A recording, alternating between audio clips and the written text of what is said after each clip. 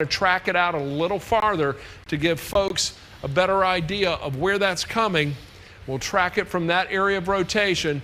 If you see something, let me know, Eric. Copy. Right now, we'll track it through the polygon. This is for Whiteville, 4 o'clock. Medon, 426. Hendersonville, or Huntersville, 431. It's going to move into Jackson at 440. Then into Gadsden, 446. 453 into Humboldt. And then it goes into Gibson at about 5 o'clock. 507, it will get into Milan. Notice we've got the wedge track on this, and that's simply because this will have the potential to move anywhere within this area right here. So it's not going to make just a straight beeline in that direction, or at least that rotation will not. It will have the potential, as it's kind of being forced to the east a bit, to possibly make more of an east-northeasterly track. But we've also got the tornado warning that remains in effect right now. This is for Tipton and Lauderdale County. This is the one Patrick Ellis was tracking. Let me put the scope back on this. See if we're still getting that tight rotation. This is not as obvious. Agreed. But there is still something tracking right there. So Agreed. With that, let me put a new track on it. Eric, I'm going to come to you for just a second for some analysis on that. And I'll track it from that general area right there around Gilt Edge. So really, it's right on you right now. Burleson, 402. Then it's going to move into Bride at 409. Should get into Ashport right around 421. We'll see it move into Ripley at about 431. Nutbush, 437. 445 into Gates. And 456, it moves into Holmes. Again, we still have a lot of activity coming in out of the south.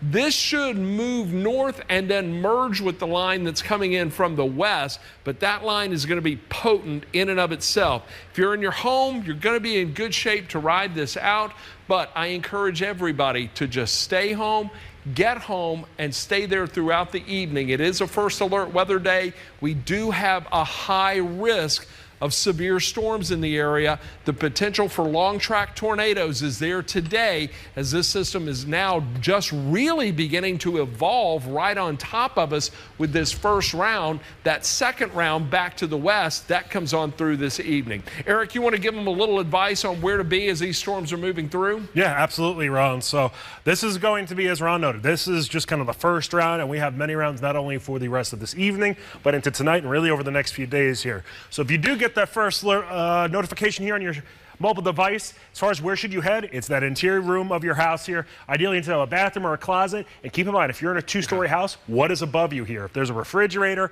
a hot water heater, something like that that's relatively heavy, you don't want that to turn around and fall on top of you. So that's definitely something to be aware of here if you do have a two-story house. If you can, bring some blankets, a good pair of shoes, and a helmet with you as well. All those things as far as the helmet goes, so this way it protects your head. Shoes in case if something does go awry, and unfortunately you do have a lot of damage there, you're able to walk around a bit, and a blanket just so this way you could kind of prevent some of those shards from potentially hitting you here. Just a good idea to have that, or a pillow as well. All right, as far as what we have going on here is Chief Meteorologist Ron Childers, Meteorologist Patrick Ellis, and myself have noted here. So right now we do have 2 tornado warnings that are around the Mid-South right now. One does include portions of Tipton County and Lauderdale County. It also does include the far northwestern corner of Haywood County, and actually eastern portions of Mississippi County, far southern portions of Dyer County as well. Haven't seen anything still really popping up quite yet as far as that Barron button, or as far as the shear rate is concerned here. But as far as that Barron button goes, the potential is there for us to have some large hail embedded just to the northwest of Covington. If there's one good thing about this little cluster of storms, it seems like it has been in relatively rural or remote areas compared to if it was paralleling 51, but we're still looking at the potential of some ping pong ball sized hail here over towards Detroit, Oak Grove, and this is moving to the northeast here at about 45 to 50 miles per hour, 47 miles per hour right now. The top of the storm's at about 36,000 feet, so it certainly is a tall one. That hail size looking to be about 2 3/4 of an inch in diameter here right now. As far as that's the biggest signature we've seen thus far. As far as the hail goes? Yeah. Yes. Yeah, I think so, yeah. Because I know that one that was over in Oakland, that one had some that was rivaling that as well. Might have been 2 3/4, 2.5, somewhere in that range, but and we did get confirmation from that one in Oakland. As I said, that was, I believe it was ping pong ball sized hail. So We got a couple storms we're keeping on, clearly, Ron. All right, so we have 2 active tornado warnings right now, all right? Let's come to me. Let's check this out once again. Our first tornado warning issued, that was for Dyer, Lauderdale, Mississippi, Tipton County. That is going to go until 4:45. We've got the second tornado warning that is just to the east of that. That's for Chester, Hardeman, Henderson, and Madison counties. But now I want to zoom in and take a look at these cells that are coming out of northern Mississippi, because these are going to be impacting Memphis and Shelby County. As a matter of fact, southeastern Shelby County under a severe thunderstorm warning right now. Collierville, your next wave is coming through, so get ready. DeSoto, Marshall, Shelby, Tate, that's going to go until 4:45. And just to the south of that, this cell still holding together. That's for Panola, Quitman, Tate, and Tunica counties. We've got a lot of activity in there, a lot of lightning within it as well. And as a matter of fact, about 300 strikes of lightning. Checking out for hail right now, and I've seen just some small hail. But let's go back and now put quick tracks on this, then we'll get back to the tornadoes. All right, so here we go. Eric, if you see something, let me know ASAP. Copy. All right, so here we go. I'm going to track this first one that's going to move on into Fayette County. I'll track it from the leading edge. Let's move it on through the polygon, because I think that's going to have the ability to hold together, even though it's going to come through an already worked over portion of the atmosphere. Casey, it's going to move in at 4:05. Then we'll see it get into Collierville, 4:15, 4:30 into Fisherville, 4:35 into Oakland, Somerville, 4:41, Laconia, 4:48, and then into Whiteville at 4:58. 5:07, it got into Hillville, or will get into Hillville. Then, just to the south of that, we've got another cell. I'm going to track this portion of the cell, all right? Not that little one that's in advance of it. I'm going to track this portion right here. That's the most potent portion of it. As we take a look at that, Sardis, 4:06, Senatobia, 4:19, Coldwater, 4:26, should move into Hernando at 4:40, then Byhalia, at 4:53, Olive Branch coming your way at 4:57, and right around 5:13, we'll see this move into Germantown, Cordova, 5:21. So those are the severe thunderstorm warnings we're watching, but right now 2 active tornado warnings. And just taking a look, this warning itself more susceptible to producing the larger hail. Look at that right there around Gilt Edge, north of Covington. That is a monster hail signature on that. But also taking a look at the potential for the greatest amount of rotation, we're going to see that. I'm seeing some tight rotation. Can you see what I'm talking about here? This whole area, we're looking for red and green just coming together. Little red pixels, green pixels. Got a little something working right there. Looks like there's some sort of spin within it right there. And then just outside of that, not sure what that is. That may be a bit of an anomaly. But the other cell that's just to the west of that, really not that impressive, at least in the way of rotation, although there are some indications there may be even some developing straight line wind within that as it's starting to make its move to the north and northeast. Let me go back and take a look at the big picture. Eric, what are you looking at? I see a shear marker right there near Covington. And that's been the same cell we've been monitoring here, and meteorologist Patrick Ellis monitoring here as well in the Comfort Dynamics First Alert Storm Tracker here. As far as that shear marker goes, this is just to the northeast and east of Covington here. So the good thing is that this does look to be just outside of town. But with that said, as we spin this around here to kind of give you a little bit of a 3-dimensional look as to what we're looking at here, this is, as I said, just to the northeast and east of Covington. So the good news is, at least for about the hail with that, yeah, than I am the rotation. Agreed on that. That's doing some damage. Yeah, like I said, the only good thing about this is the fact that it's in a little bit more of a rural area closer to the Mississippi River, as opposed to being just on top of Covington itself. Going a little bit closer to that right now, as far as Highway 51 goes, looking at Ripley, Henning, as well as Covington. The worst of this is just off to your west here, but all it takes is being a matter of about, let's see, 5 miles or so, 5 to 10 miles here to the west. That's where some of the largest hail currently is right now. We turn around and put the button on to see exactly what we have as far as some of those hail sizes are concerned. The potential is there for some ping pong ball sized hail, and that looks to be, I think, probably the best possibility of the actual greatest hail that could be around here. Another cell got to keep an eye on is just to the northeast of Millington here. I think meteorologist Patrick Ellis, he's kind of heading back in that general direction, and that's close to the radar site, so things always get a little convoluted in there. Still do have those. So did he turn around? Did they turn around? They're headed back south? I know that he said that they were approaching Atoka, and he was saying Okay. that the storm was kind of recycling itself here. So We'll check with him in just a moment. Yeah, that sounds good. All right. But we still have those 2 tornado warnings out there. All right, he is in Brighton. Okay. He's in Brighton. I tell you what, tell us when he's ready for a hit. In the meantime, we'll put some tracks on this. I want to refresh the tracks on these 2 tornado warnings. Let's start with this one right here because that was the one. Let me put a scope on it here just to see if we can track it from where any potential rotation may be. Let me come off here like this. Yeah, it's somewhere right in there. All right, so with that, I'm going to go to this. And I tell you what, I'm going to track, if I can get that button to work. There we go.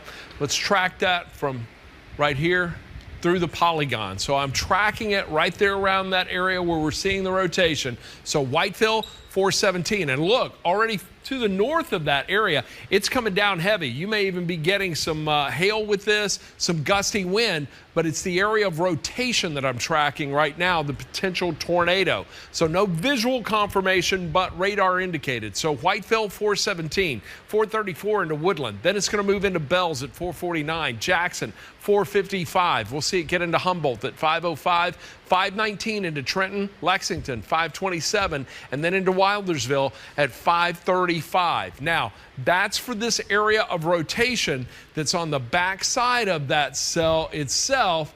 Let's clear this out and track the entire cell from the leading edge to the north and northeast. It is going to take it just outside of our coverage area, but this is bearing down on Madison and Jackson County. You may have seen the radar changing just a bit there. We're now tapping into the Paducah radar, but I can still track this either way. Here we go. Let's put a track on that.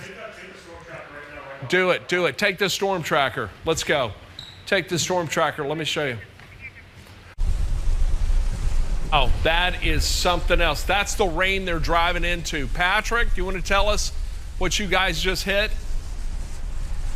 Yeah, we're the storm that we're on right now. Again, we're on the south side of it. We're coming up on the approach side of it. It looks like it's starting to wrap in on itself and try to choke itself off. And I think that the other thing that it's doing is that it's competing with the other storms. So the one that we're in right now is not even connected to the one that is tornado warned right now. So again, good news. We were talking about this in our internal meeting a little bit ago. It's like the one thing that could be a saving grace is if we get some of these cells to flare up right ahead of another storm. This storm was rotating. It was very obvious. I think it's still rotating, but not nearly as strong as it was just a couple of minutes ago. And it's partially because this downpour that we're currently in is actually impeding the flow to keep it going. So that's good news. We'll take it and run with it every single day, but it's still a tornado warned storm for the time being.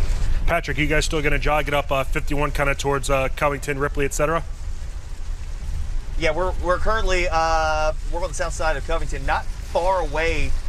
And actually, as we come through this little thicket of trees, we're going to start emerging into the 2023 tornado track, the EF3 that came through here on the south side of Covington. Yeah.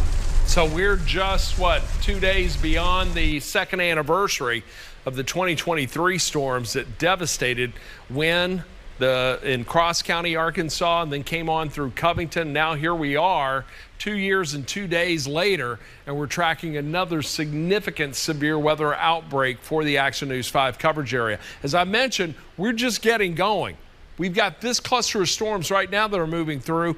Look at this, just to our west, we've got another tornado warning that is for a cell that's just to the west of St. Francis County. But let me show you this line that is back to our west right now. I know it doesn't look that ominous, but let's take a look at it from the Little Rock radar site. There is a lot of activity there. We've got several, or just a couple of large polygon severe thunderstorm warnings, but there's also the tornado warning for a cell that's moving due north. And even though that's outside of our area, let me see if I can pop that back into the screen here, bring that back over quickly. And here we go. That's the cell I was looking at, because this is just to the north of I-40 right now, just to the west of Forest City, just outside our coverage area. But let's put a track on it anyway to show you where it's going, and I'll track it from that southern point of the polygon north. That's a really compact polygon there. Cotton Plant, 414 is going to move into Daggett. 417, Beckton 419, Bulltown 429, Kelowna at 432, Deview at 437, McCrory 440, and then it's going to move into Augusta. That's going to keep that out of Cross County and out of St. Francis County, or at least the area of rotation for right now. Let me put a loop on it and see if that's trying to make a move to the east.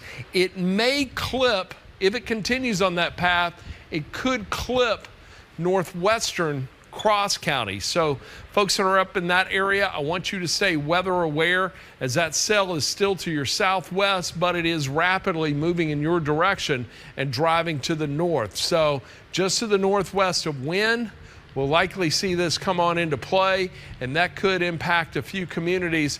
Cherry Valley, Fair Oaks, you're going to be right there in the path of this cell as it's making its way through. But right now we've got 2 tornado warnings in effect at this time.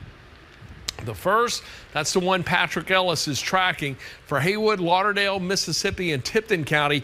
That goes until 4:45, so we got about another 30 minutes on that. Then the one that is just to the east of that, that is for Chester, Hardeman, Henderson, and Madison County.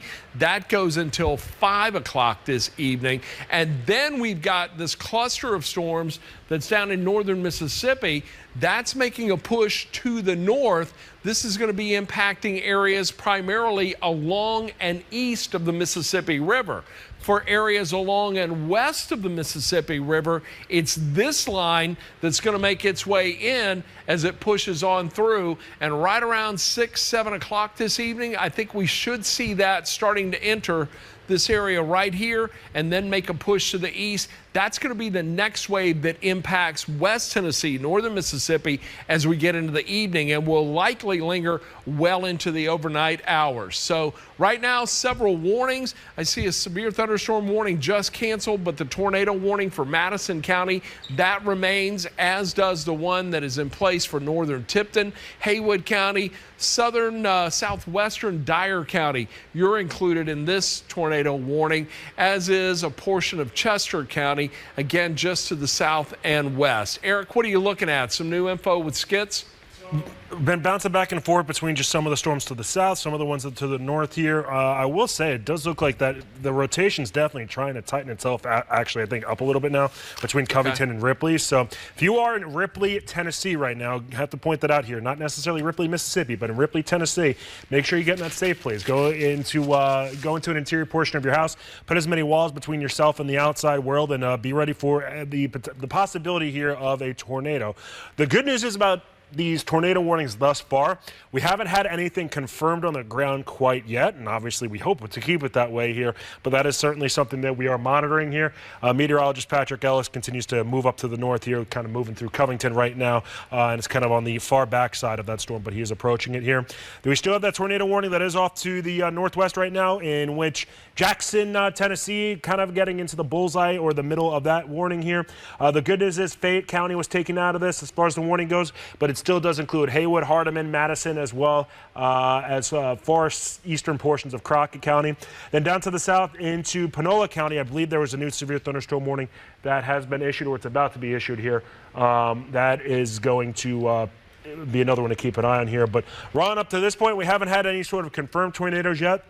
I know it's not necessarily within our coverage area, but just to give an idea how big some of the hail that we could see coming out of this is, over to Itawamba County, there was actually confirmed, and I saw pictures of it, about baseball-sized hail that did occur here. Speaking of pictures, we've got some from the Millington area. Yeah. Melissa, do we have those ready to go? Melissa's our producer in the booth. Let's take a look at some of that. That's what Patrick was driving to earlier, the lowering of that cloud wall. Not a tornado at that time, but man, that was dropping a lot of rain and likely hail. Eric, thoughts on that? Definitely agree with you with that. And Ron, it's worthwhile to note too, there's about 6,000 customers with an MLGW. Joe Birch giving me this report here about 10 minutes ago that do not have power. That is the same cell that we were looking at from a different angle. Again, a rotating supercell thunderstorm, lowering cloud deck. You see a bit of a wall cloud there, and a little on the messy side. It even looks like there may be even a little vortice just to the west of it. trying to develop there. I don't know. Maybe that's just the angle in the sunlight. Kind of tough to see from that. So that was another picture we had there. But that is, again, from the Millington area, right there along Highway 51. That's what we're looking at. Eric, BTI on those cells right now. Oh, and the next one. So we got one more. This is from Munford.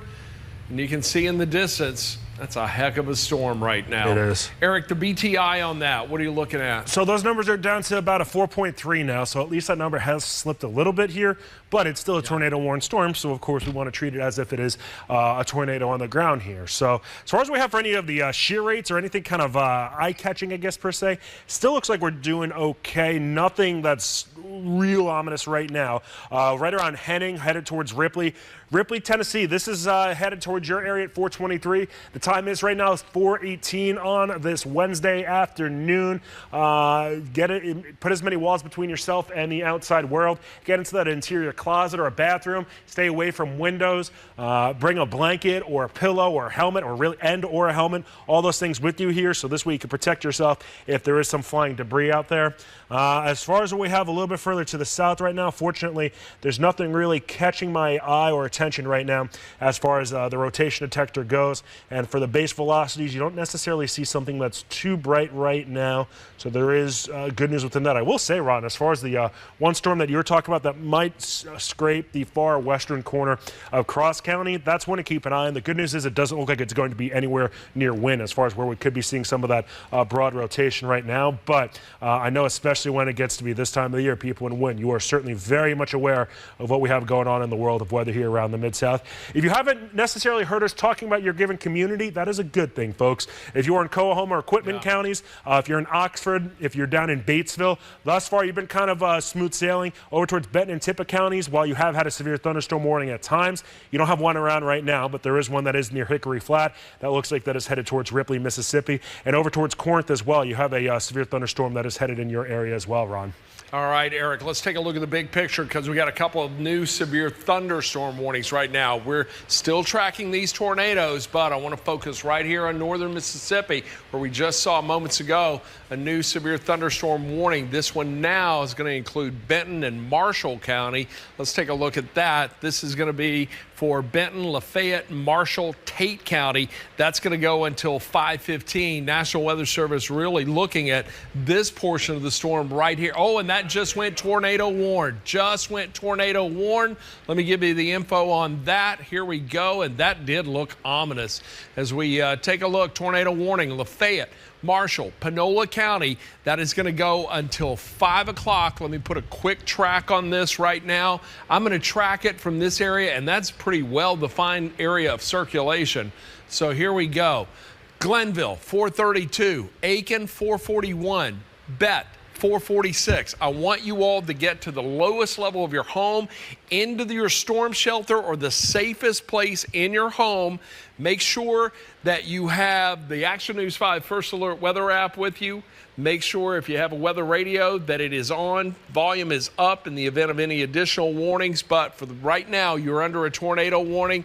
Galena, 453. Ingram's Mill, 459. Should move into Holly Springs right around 507.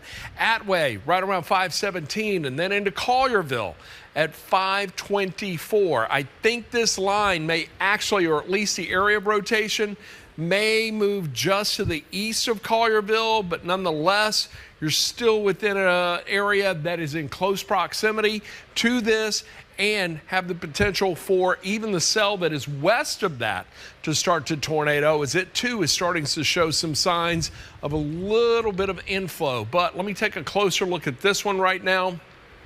Let's pan up just a bit and take a look, and you can almost see. Check this out. You see that little bit of a hook right there? Let me put the scope on this and track it from there. We're a pretty good distance from the radar site, so we're hitting that at probably about 3,500 feet. So it's kind of tough to see. As far as hail goes on that, I don't see any really strong rotation signature, but we are seeing a little bit of a hail core that's starting to develop within that cell. So we're looking at hail about 1 inch in size. Let me slice it real quick. Then, Eric, I'm going to come to you for a more precise look at the BTI. It's got some high, oh, it's a low top storm. Looks like it's coming in at about, oh no, there we go. Okay, so yeah, about 35,000 feet for tops on that storm. We pull this back just a little bit. I don't see a suspended hail. Yeah, there is. There's a, yeah, Eric, what do you got? There's a little hail within that right there. It's suspended, but that's bringing a lot of rain to the surface. What about rotation? So it does seem like that there is some rotation there, but we did get a report over in Madison County. I mean, this is just across county lines here from Hardeman County. Over in Mercer, that there is a confirmed tornado just northeast of Mercer here. So the good news is this is just outside of the Action News 5 coverage area technically, but it is still certainly close enough that we want to keep an eye on it. So when we start... Agreed. In Madison County. Eric, if you can put a track on that, not sure if you've got the skits. If not, let me know. I'll track it on through. Yep, we got a skit here. Go. Here we go. All right, so now we're looking at, yet again, this is over into Madison County. So Jackson, this 437 is, this is headed towards your area. Three-way at 445, and then Medina at 450 here. So your first alert, if you know anybody or if you are over in western Madison County here, as noted, this is a confirmed tornado that is on the ground in Madison County near Mercer. So Denmark, this is right on top of you right now in Madison County here, and this is moving to the northeast. So if there is good news, this isn't headed towards Brownsville, this isn't headed towards Union in the eastern side of Haywood County, but it's still one that we are going to keep a close eye on here, just because it is very, very close to that of Haywood County. And as you noted, Ron, as far as Madison County goes, we still have a lot of viewers that are over in that portion of the Mid-South here. As far as that tornado warning storm goes, that's just to the east of Sardis. Want to keep a close eye on that too, because that definitely is one that's shown up here, and it looks a bit ominous here on the radar. Fortunately, the rotation. Look at the shear rate that's starting to develop right there. Agreed. Just to on the south leg of Sardis Lake. Yeah, just south on the side of that. Yeah, so that's. And you're starting to see some of these brighter greens pop up here too. So that's usually, unfortunately, a good indication that there's at least some rotation in the sky here. Certainly going to keep an eye on that one here. Can you hit that one that's right there around north of Sledge? What are you talking about as far as that? Hit that skit. Let's see. You see that one that's north of Sledge? Oh, sorry about that. There we go. Yep. Let's see what that. So we got a 4.7. Yeah. So that's starting to. It looks like it wants to rotate. Certainly does. And there's the one around Hickory Flat and Blue Mountain. Check that out. Let's see. That's 3.6. Yeah. All right. So getting a report here over in Heading that there's some power outages over there as well, and that's where meteorologist Patrick Ellis is headed towards right now. We got power outages in Shelby County right now, don't we? You got the power outage map. So Joe Birch, that quickly? Joe Birch telling me that we had about 6,000 outages ago as of about 15 minutes ago. If we turn around and look at all the Mid-South here, if we look at the quantity of power outages, once we start seeing that green, that's over 5,000. Yeah. So that's right in the range that Joe Birch is telling me about. DeSoto County, not quite as many, but still about 100. Mississippi County, 300. Headed down towards Coahoma Equipment in Phillips County, looking at about 100 there. So no surprise, Ron, that Shelby County, that's the one with the most amount of power outages right now. You'd expect that with the population centers are concerned here.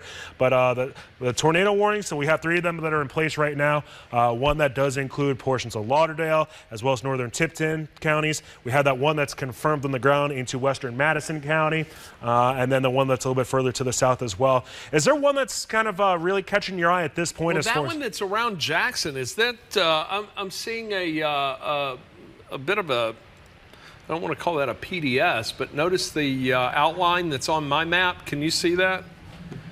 Yeah, I see what you're talking about here. Yeah. So if we could pull up actually Max 1, just pop that up full here. If you look, there's going to be a white outline with respect to the red here. And that might actually be, it could be confirmed on the ground as far as what they're calling that here. I have a feeling that is going to be the case, why that has. Yeah, because it was confirmed. Right. That's it. Okay.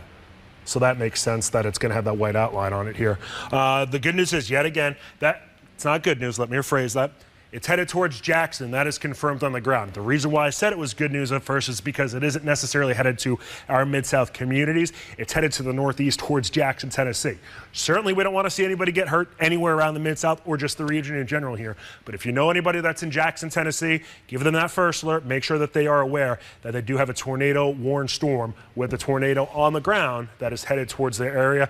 As far as over towards where meteorologist Patrick Ellis is, getting a little bit closer to Ripley, doesn't seem seem like that has quite the signature on it as some of the scans it did earlier have. So, Ron, at least there is good news with that one doesn't look quite as strong as it once did, but there's still probably some large hail embedded. Yeah, let's take a look. And I tell you what, I want to focus specifically on this cell right here, even though it's in Madison County right now outside our coverage area. That's still the most significant looking signature we're seeing thus far. So I'm going to go ahead and put a track on it, and then we'll come back to the other cells. And just so I'm tracking it from the proper area, or the most likely area of tornadic activity, looks like it is going to be right around here, just to the south and west of Jackson. So folks that are in Jackson, I want you to get to your storm shelter right now. Get to the lowest floor of your home. Put as many walls between you and the exterior as possible. Bear with me 1 second while I track this out, and then we'll track it from right here, this area of circulation. And by the way, a confirmed tornado. This was at near Mercer, so it was confirmed just to the little south and west of where I'm tracking it from. But Bemis, it's going to come in about 437. Then it'll get into Jackson at 440. Lawrence, 443. Carroll, 447. Medina, 457. And then it will move into Blue Goose at about 501, 505 into Juneau. And we'll see it move into Milan right around 509. So the environment is now such that it can sustain the rotation on these storms.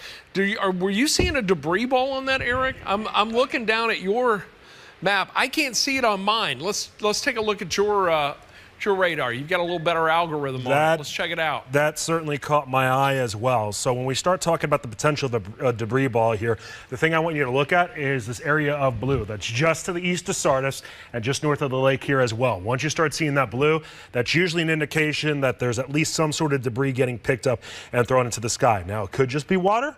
It could be, branches, leaves. It could be anything like that here. But once you start seeing a dark blue like that, that starts to get your attention here. And this storm is tornado warned here. It is headed to the northeast. Let's see if we got a skid on it here. This is still registering pretty low on that BTI scale of a 4.8. But if you're over in Holly Springs, you're looking at 457 as this starts to head towards your area. This is moving yet again to the northeast here at about 55 miles per hour. So it is cruising at a pretty good clip here as far as just a forward momentum and a forward velocity goes here. But Ron, once you start seeing that blue pop up, that's going to get your attention. Debris into the atmosphere right now. Look, it's heavily wooded right there. Right. So heavily wooded right there along Sardis Lake. Mm-hmm. I'm not sure what I'm looking at here, but right there along Sardis Lake, it is heavily, I'll tell you what, let me switch over to yours. So we got a lot of woods. There's some strong, strong wind coming up through here. We're also seeing upward velocities increase. So in other words, the air at the surface is starting to rise faster. So it's going to draw up some debris, and that's likely what we're seeing there. But I tell you what, if you are in that area, if you're anywhere near that, I want you to get to your safe place right now. So these are some of the characteristics. BTI now up to 4.9. That's a 46,000 foot top on that storm. Wow. That's also likely producing some big hail. 80% probability that the hail is 2 inches in size, at least in the core of the storm. Now, by whatever's reaching the ground is likely less, but nonetheless, we've got a significant hail signature with that. We are also seeing a significant rotation signature with that. And yes, we do have the tornado warning with that. So let me go and put another track on this cell as we move on in, and I'm going to track it from the area of circulation. And we're going to track it from right here, right around northeastern Panola County, all right? Southwest Lafayette County, or northwest Lafayette County, northeast Panola County. Let's track that north through the polygon. Glenville, 433. Then it moves into Aiken, 433 into Glenville. Aiken, 443.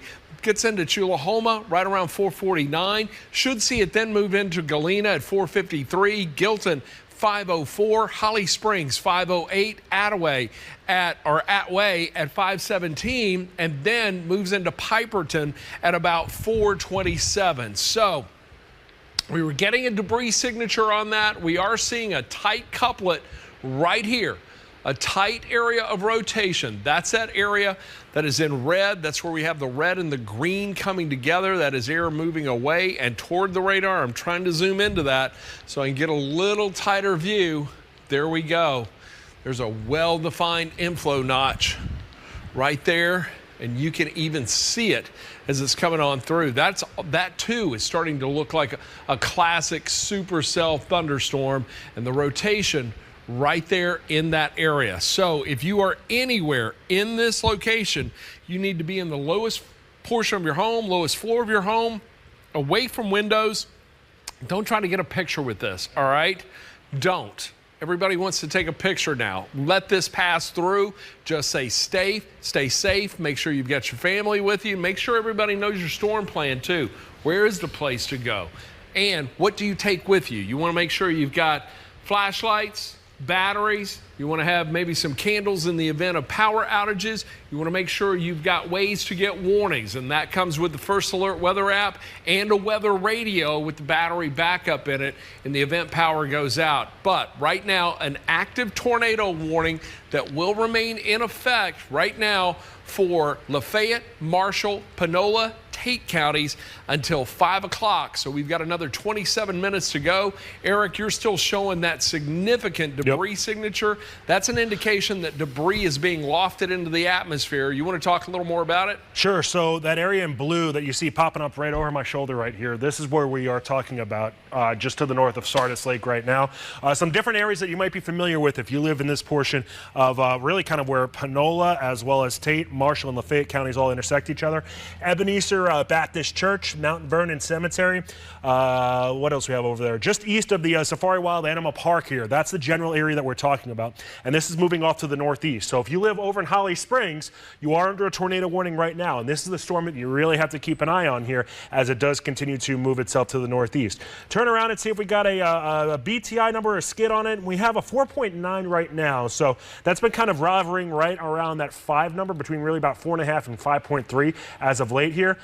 So the good news is at least that number's not too high. But Ron, seeing that the debris detector picking something up here. I see it on that one near Strayhorn. Yeah. Look at that, just to the west. Just to the west of Senatobia. There's a little bit of a debris signature popping up on that. And Eric, there's even a little bit of an inflow notch on it. So you can see the debris signature. I see the inflow notch. Now, National Weather Service, I'm just looking at the chat, they're going to let this warning expire. The one in Lauderdale. They're not as overly concerned about it. So they're going to let Lauderdale County tornado warning expire because it's really just starting to make that push to the north and northeast. But at the same time, we've got 2 cells that we've really got to watch right now. And again, it's the one that's moving on into Marshall County, or moving into Tate County right now. But this one is just to the west of that. That's back into western Tate County. Let me put the scope on this, and let's see if we can get a good look at any tight rotation that may be coming from that cell. And yeah, I see a little bit. It's right there. It's right there. As far as the impressive area of circulation goes here, that is going to move on out, and that's going to start to make its way into Tate County within the next few minutes. I'm going to come back and put a track on that for you in just a moment. But right now, what I want to do is track this cell. Even though it is not warned for at this time, it's showing some signs of rotation. So I'm going to put 2 tracks on this, all right? The first, we're going to track from the area where we're noticing the rotation coming on through. We'll move that forward. It's going to the north-northeast at about 45 miles per hour. Coldwater, 446. Love, 450. Hernando, 455. Should get into Alfaba at about 458. 501 into Bright, and then 504 into Cockram. So if you're in the path of this cell, I want you to go to the lowest floor of your home. Again, get in your storm shelter. It's coming on through. The general movement of it is to the north-northeast. Then we've got this other cell that is just to the east of that. Again, tornado warned right now. Lafayette County, I think you're in the clear overall on this. The focus now shifts to Marshall County and western Tate County. And let me put a track on this, that area of circulation, and that's where we're still seeing a decent debris signature coming on through there. I'll keep it within the polygon itself. So Wyatt, 4:42. Then it moves into Chulahoma right around 4:46. It'll get into Galena at 4:51. Then we see this move into Gilton right around 5:02. 5:05 into Holly Springs. 5:08 it moves into Mack. So those are the two cells we're watching in northern Mississippi right now. One, the tornado warning cell. We've also got several severe thunderstorm warnings, but that tornado warning is going to go until 5 o'clock. We clear this out. We've still got 2 tornado warnings working here. This is for Dyer, Lauderdale, Mississippi, and Tipton County. That is going to go until 4:45 this afternoon.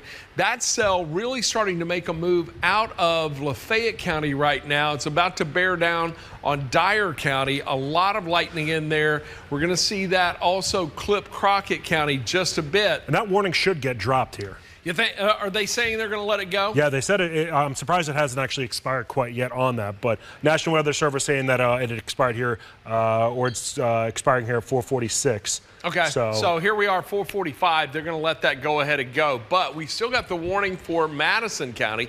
Even though it's outside of our coverage area, that's going to go until 5 o'clock. So Crockett, Gibson, Haywood, Madison County. Although Haywood County, you're not really under the threat of anything in the way of tornadic activity with this. But Madison County certainly, as is Mississippi County, or Madison County and Gibson County, you're still under the threat of this.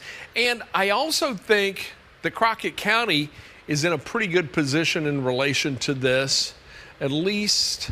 I'd agree with that. Yeah, so it looks like this storm itself is going to really just kind of take a movement in this direction. So it's going to get a little loud right here around eastern Crockett County. But I think as far as the tornado warned portion of the storm, it's going to remain to your east and then continue to move in that direction. This cell really starting to show some signs of weakening, falling apart, and that's going to move on out or be allowed to expire. Here we are, we're about 6 minutes away from the expiration on that. And just taking a look at the scope on this.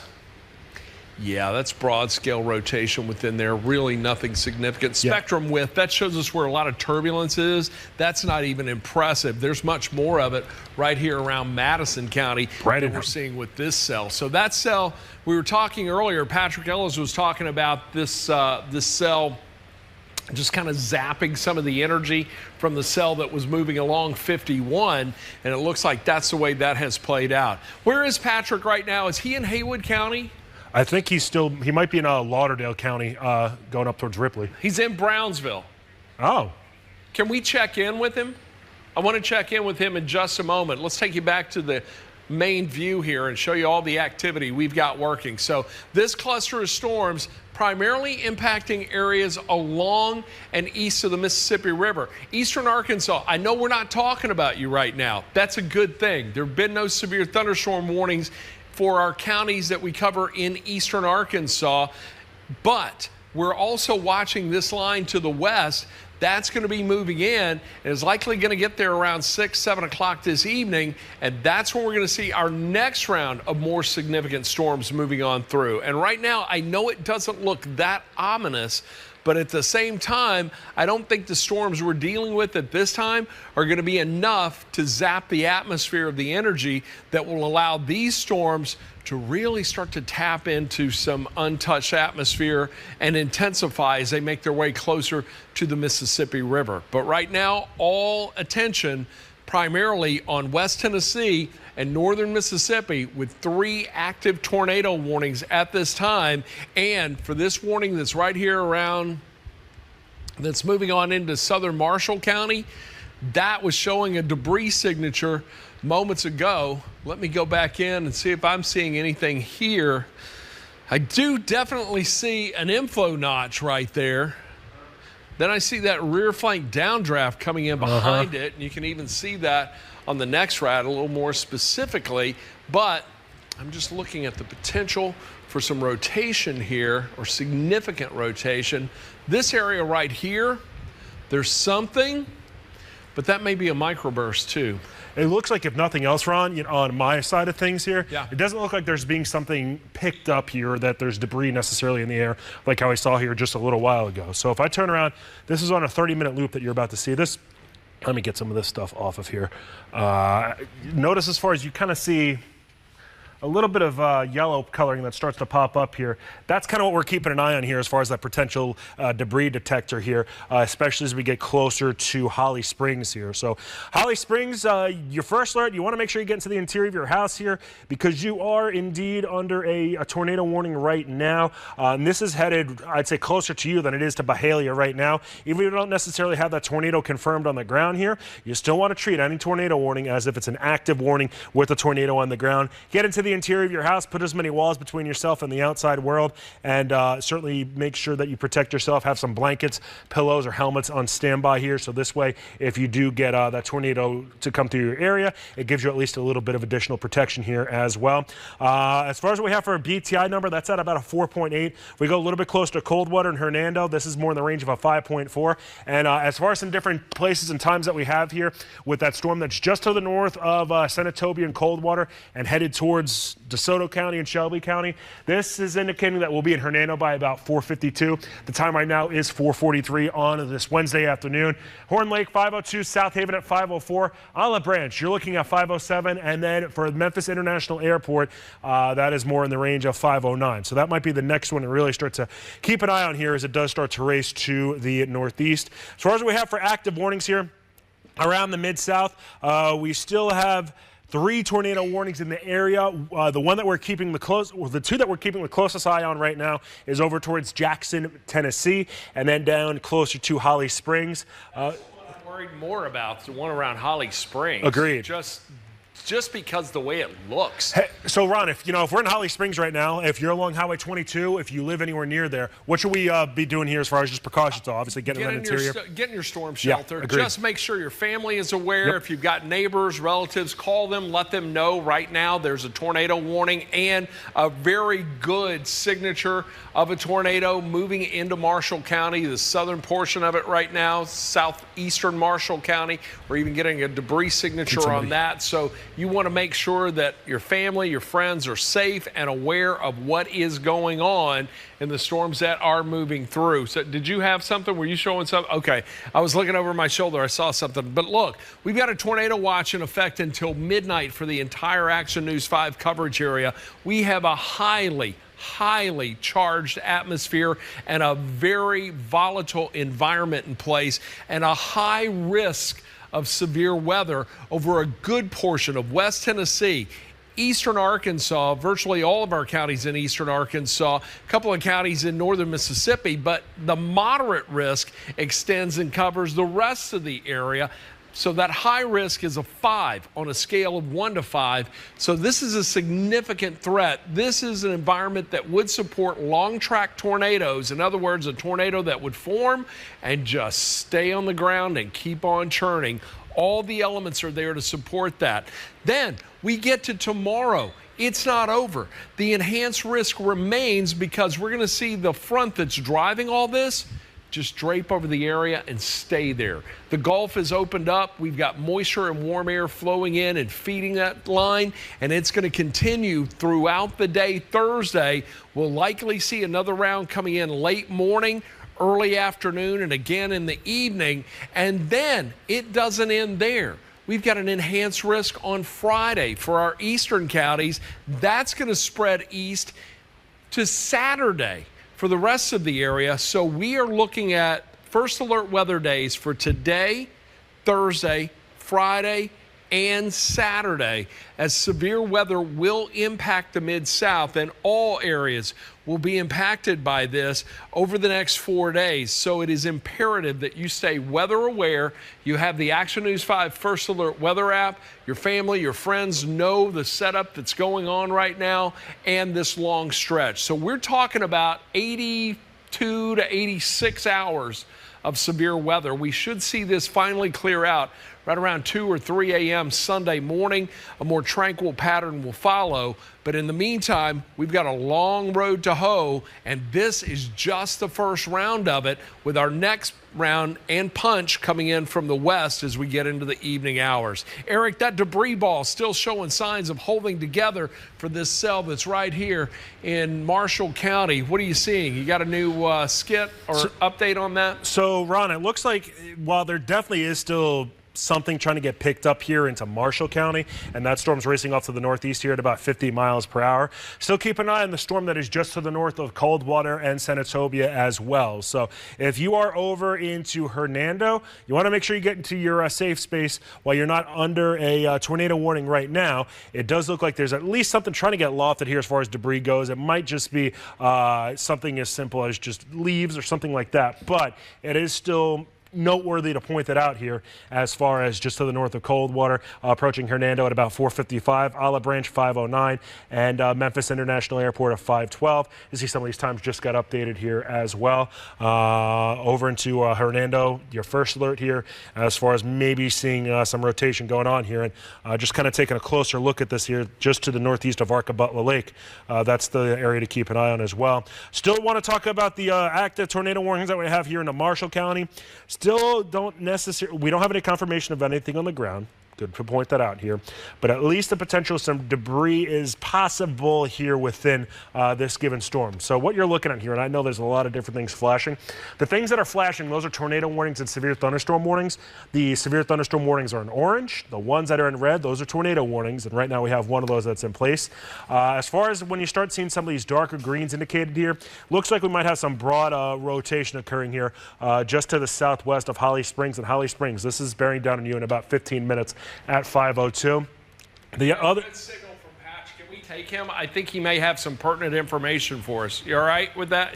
Did you want to finish your thought? No, there? go for it. Go for it. Sorry, I jumped in. But You're good. You're good. We lost his signal. We finally got you back. Patrick, you want to tell us what you are and what you're tracking?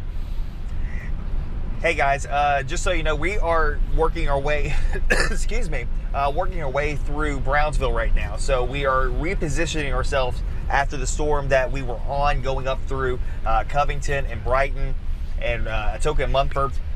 That one started to fall apart. So we're repositioning ourselves to be at least on the north end of the storm that's coming up from Holly Springs and Marshall County. We're going to head towards Whiteville. So we're about 30 minutes away from heading towards Whiteville right now, or outside of Whiteville, and we'll kind of station there for a little bit and give us some leeway to get between east-west, north-south, things of that nature. Talk about that storm that you saw over in Millington when you were headed north through Millington. It was just to the west of you. What were the characteristics that were involved in all of that? And then it just was gone.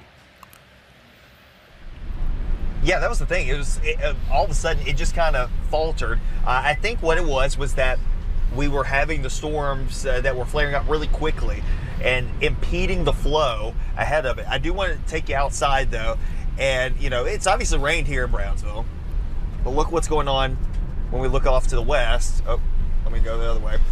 The sun's trying to poke back out. So this is what we're talking about when we're having the conversation of, you know, these storms may, you know, not necessarily completely clear out the atmosphere. I mean, the atmosphere is still juiced, and unfortunately, the ingredients for tornadic activity actually continue to increase through the next couple of hours. We still got a lot off to the west to get through. This is just the stuff that's happening out ahead of the line of storms that are still marching eastward through central Arkansas. You're making your way back into the area or hanging out right there around Haywood County. You've got some strong storms coming your way. We've already seen a couple of debris signatures from the cells moving through northern Mississippi. We're going to continue to track that. Patrick, you get something good, just jump on in. Your mic is hot and ready to go when you are, all right? All right, will do. Be safe, my friend. We have a considerable amount of power outage right here in Memphis and Shelby County, even though we've seen a minimal amount of precipitation. I want to show you the MLGW power outage map, if we can bring that up, because at one point we had about 5,000 MLGW power outage customers or power customers without power. Say that 3 times fast. Let's show. So we're at 6,600. There are 98 outages impacting 6,600 MLGW customers. And you can see South Memphis, right there south of Lamar, or it looks like, or south of Poplar, right there along Lamar, as we take a look at where the greater amount of outages are occurring right now. And look, it's been very windy today. We've had some strong winds. Eric, what was it? Have you seen our peak gusts today? I know that Patrick Ellis was talking about earlier how it was up to 58 miles per hour. So. Yeah, so we had some strong gusts come through here, and we could see additional power outages, but you also have to keep in mind that these storms that are just to our south, they're starting to make a move north now, and that's going to bring this into Shelby County. So we've got several active warnings, but this is the line Patrick was talking about, and look at that. It's starting to get closer to eastern Arkansas, and when it hits this atmosphere right here, this is juicy, it is ripe, and it is ready for those storms to move in and really intensify rapidly. So we've got to watch it very, very closely over the next several hours. Let me clear this off. Let's give you a better idea of what we're looking at, the warnings that are still in place around the area. Again, we have the tornado warning. This is for Carroll, Gibson, Henderson, and Madison County. That's going to go until 5 o'clock. So if you were in any of these counties, primarily Madison County, get into your storm shelter. Get to the safest place in your home. We've got another active tornado warning just to the south. This is for Benton and Marshall County, primarily northwestern Benton County, but that's moving right through the heart of Marshall County right now. That's going to go until 5 o'clock. Memphis and Shelby County, now with a new warning that goes until 5:45. DeSoto, Fayette, Marshall, and Shelby until 5:45 with a severe thunderstorm warning. But I want you to treat this as you would a tornado warning, because we have seen several of these severe thunderstorm warnings tornado quickly as these storms are really beginning to show some signs of intensification, rapid intensification. Then we've got the severe thunderstorm warning for Chester, Hardeman, Madison, and McNairy County, as that cell is driving north and creating some big problems there. So I want to do a couple of tracks quickly here. Let me get this out of the way. I'm going to start the first track with the cell that is moving through Marshall County. I want to give our friends down in Marshall County a look. I've got to step out of the picture here just a bit, and then Shelby County, I'm coming to you, all right? So here we go. Let's take a close look at this storm right now. Eric, you still seeing a debris signature on that? It looks like it may. There's still some rotation within there. As a matter of fact, this little area that I'm going to highlight right here, it's not as tight as it was, but there's definitely something in there. So with that said, let's go ahead and track it from that area right there, north and east through that polygon. So Mahan 501, that circulation is going to move right through you. Mac 505 gets into Atway 511, Hudsonville right around 513. Then Mount Pleasant 515 should move into Lamar at 520. So that is the cell there. Now I'm going to move just to the east, or to the west, excuse me, and I'm going to track this storm that's going to be moving into eastern Shelby County. So I'm going to do a different type of track on that. And I tell you what, I'm going to track it from just outside the polygon west to the polygon, and we'll take it north and east in that direction. Well, came out on me. Let me go back in, zoom back in, and put another track on it. I got a lot going on here, and sometimes the computer says I'm asking for too much. But let's put a track on there either way. So here we go. From right here, I'm tracking the leading edge, all right? We're going to take it north through that polygon. South Haven, 558. Parkway Village, 506. Germantown, 511. This storm coming through. Lightning starting to pick up on that, also showing some signs of rotation. Then moves into Cordova, 519, Lakeland, 527, Hickory With, 534, Arlington 536, Galloway 541. We've seen several individual storms like this tornado very quickly, so we want to watch this very closely, as we could have a tornado warning as this cell makes its way into the city of Memphis and Shelby County. It may clip East Memphis just a bit, but it's really starting to come together to a great degree. I'm looking for hail within here, because that's often a good sign of the intensification of the storm. Is certainly a sign of the increase in lightning signatures. And yeah, there's some large hail that's starting to form with that. Let me see if I can give you a little info on it. Hail size should be pretty small. Yeah, it's less than ½ an inch. So about 4/10 of an inch, and that's in the mid-levels of the storm. So you may even be only getting pea-sized hail at the surface, but it is certainly a cell worth watching right now, even though still showing some signs of wanting to rotate to some degree. Eric, am I missing anything on this? Or are you catching anything on it? Nothing's really kind of catching my eye, Ron. I think right now, you know, I don't want to say this is kind of the tamest it's been now for about the past hour and a half. Well, I guess it's more than an hour and a half at this point here. But I think we're with having a tornado warning around and having having 3 severe thunderstorm warnings in place here on the Mid-South, we're probably in about as good a shape as we have been here since we got on television here at Action News 5. So it really came together fast. We had a staff meeting right around 2:30 this afternoon. 2:45, these individual cells started popping up right around Clarksdale. And then let me zoom out of this. So we saw these individual cells popping up right around Clarksdale, and just really kind of out of nowhere. And then boom, it all became this. By the way, new tornado warning now for that cell moving out of Madison County. This is going to be for, again, it's outside the Action News 5 coverage area, but Benton, Carroll, Henderson, Henry County now under a tornado warning until 6 o'clock. This did have a confirmed tornado near Mercer, Tennessee. That is in the southwest corner of Madison County. That is now continuing to move to the north and northeast. So if you were in any of these counties, and you can watch our coverage, and by the way, the internet makes it great because we're streaming live right now on actionnews5.com. We are streaming live on Facebook. You can also watch our coverage on the Action News 5 app on Amazon Fire, on Roku, and on Apple TV. So if you have any of those streaming devices, you can watch us there. You can also watch us live over the air for free, no need for any cable. You can pick it up on your antenna. So multiple ways to watch.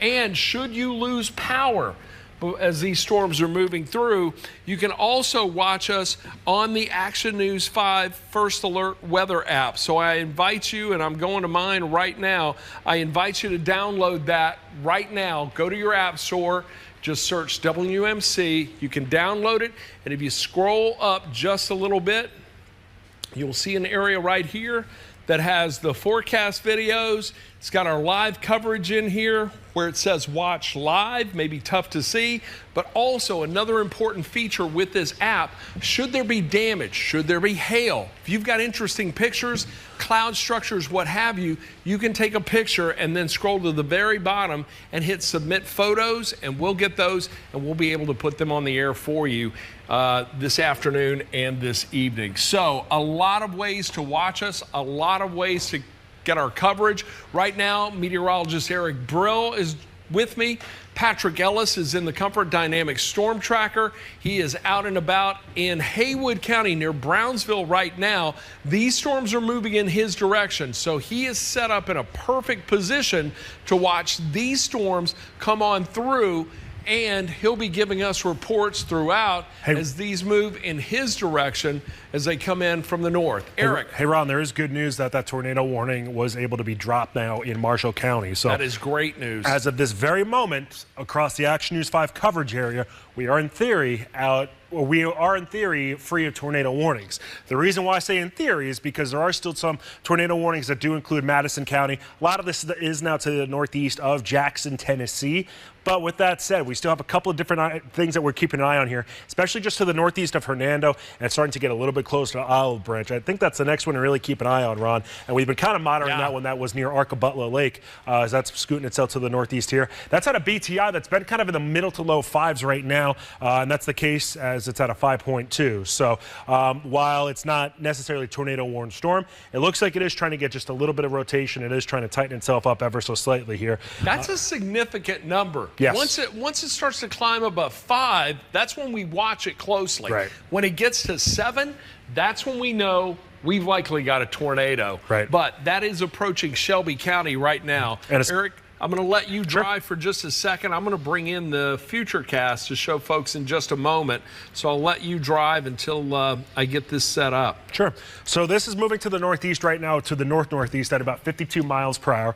If we turn around and look at this here, what you can see, the numbers I want you to kind of observe, is the top number. That is the forward velocity that it has. If we turn around and take that full here, it is moving to the north-northeast at about 52 miles per hour. The top of the storm is at about 30,000 feet here. The numbers that I'm looking at here on the right-hand side of your screen, that blue box with the white font embedded, hail's at about 90%. Severe hail is at 30%. We're talking severe hail. We mean that is the size of a quarter or larger, or an inch in diameter or larger here.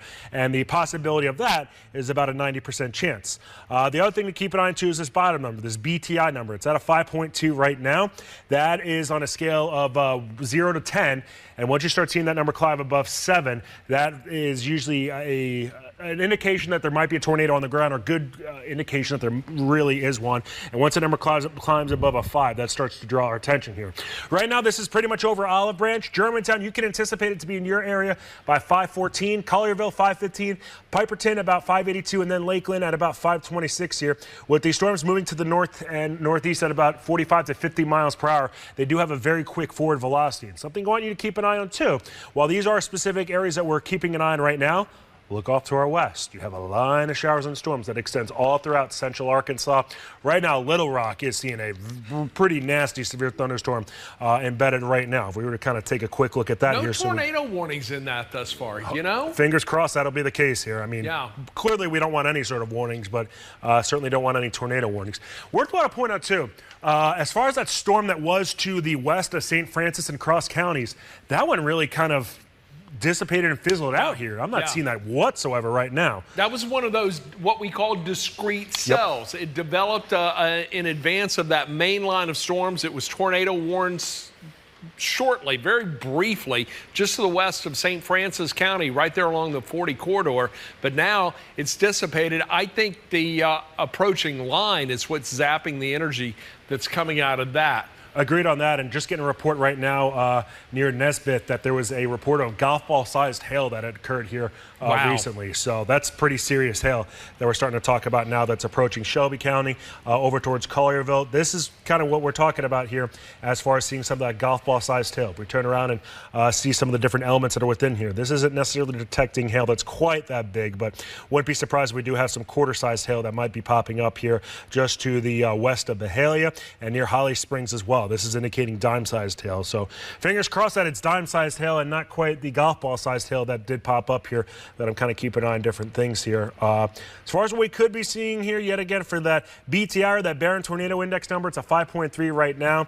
That number has been kind of teetering right around 5 to 5.5 over the past few radar loops that we have here. If we haven't talked about you over into Coahoma, as well as Quitman, Panola, and Lafayette counties, I know for the most part a lot of these have been to your north, although there was one near Sardis Lake. You guys have seen pretty tame weather up to this point. Also into Benton and Tippah counties, and even into Alcorn County. I know that there has been some rain, shower, and thunderstorm activity around, but a lot of this has been able to stay just to the west and just to the north of you. Into northeast Arkansas, it's been pretty tame for the most part too. Into Crittenden County, we did have one severe thunderstorm, or a couple of severe thunderstorm warnings earlier today, but fortunately those have moved out of your area. And really what you need need to keep an eye on right now if you are in northeast Arkansas is some of these little cells that continue to pop up here, and they just kind of come and go almost at random here that they are moving. And notice that one cell that I was talking about earlier that had been severe warned in just to the west of St. Francis and Cross counties. It is a shell of itself right now as it has approached Jonesboro. So, Ron, overall, as far as what we have for those number of warnings in the Mid-South right now, looking at 2 severe thunderstorm warnings. One that does include a good portion of Shelby County here, especially on the eastern side of things. Hey, I just got word from a friend over on Venton, and I want to tell our newsroom this. There's a big tree that's down on the road on Venton. That's here in Midtown. We had some significant wind gusts. As a matter of fact, there was one that came through and rattled the building a little earlier this afternoon, but we may want to get a video crew over there. It is on Venton here in Midtown. Big tree blocking the road right now. So that was more specifically to our newsroom. But I want to show you what's going on right now. And Eric, you keep a close eye on the radar. I'm going to give folks at home a look ahead at what's coming. First, we begin with the tornado watch that is in effect for the entire coverage area.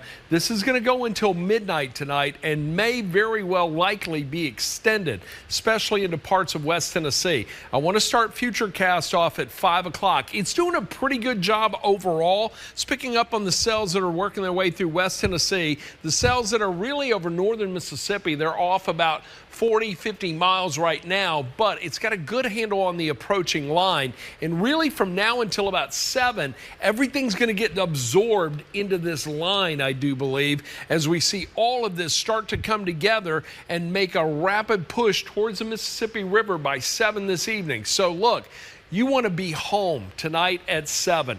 If you are anywhere in West Tennessee or eastern Arkansas, anywhere north or south of 40, and especially northwestern Mississippi, you want to be in a safe place, not out and about, by 7 this evening at the very latest. As a matter of fact, I encourage you to get there well before and then just stay home and ride these storms out. By 9 o'clock, it's going to start to make a push to the east. Now, it's going to slow down its momentum. There's a big ridge of high pressure off the eastern seaboard that's a blocking mechanism.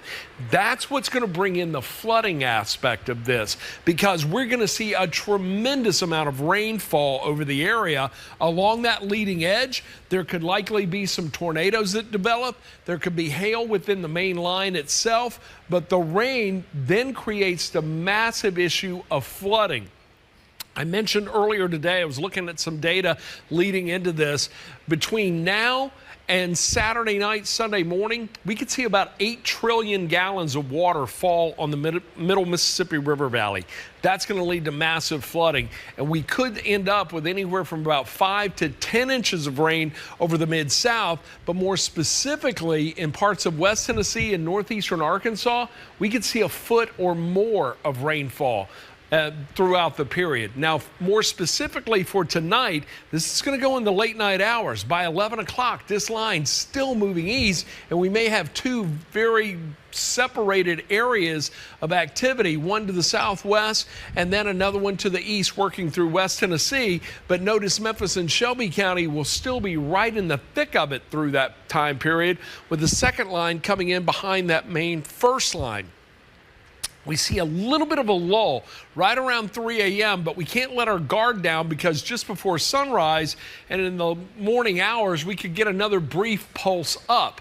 But I think the better probability is likely going to come tomorrow afternoon and tomorrow evening with another round of severe storms. Now, for today, we've got a high risk of storms. This is a level 5 for much of the area. West Tennessee, including Memphis and Shelby County, all of eastern Arkansas. This is one of the highest storm threats we've seen in this part of the country and this part of the Mid-South in quite some time. But it doesn't end there, because Thursday, we're looking at a moderate risk, an enhanced risk of severe weather over the entire area for the most part, with the exception of a couple of southern counties.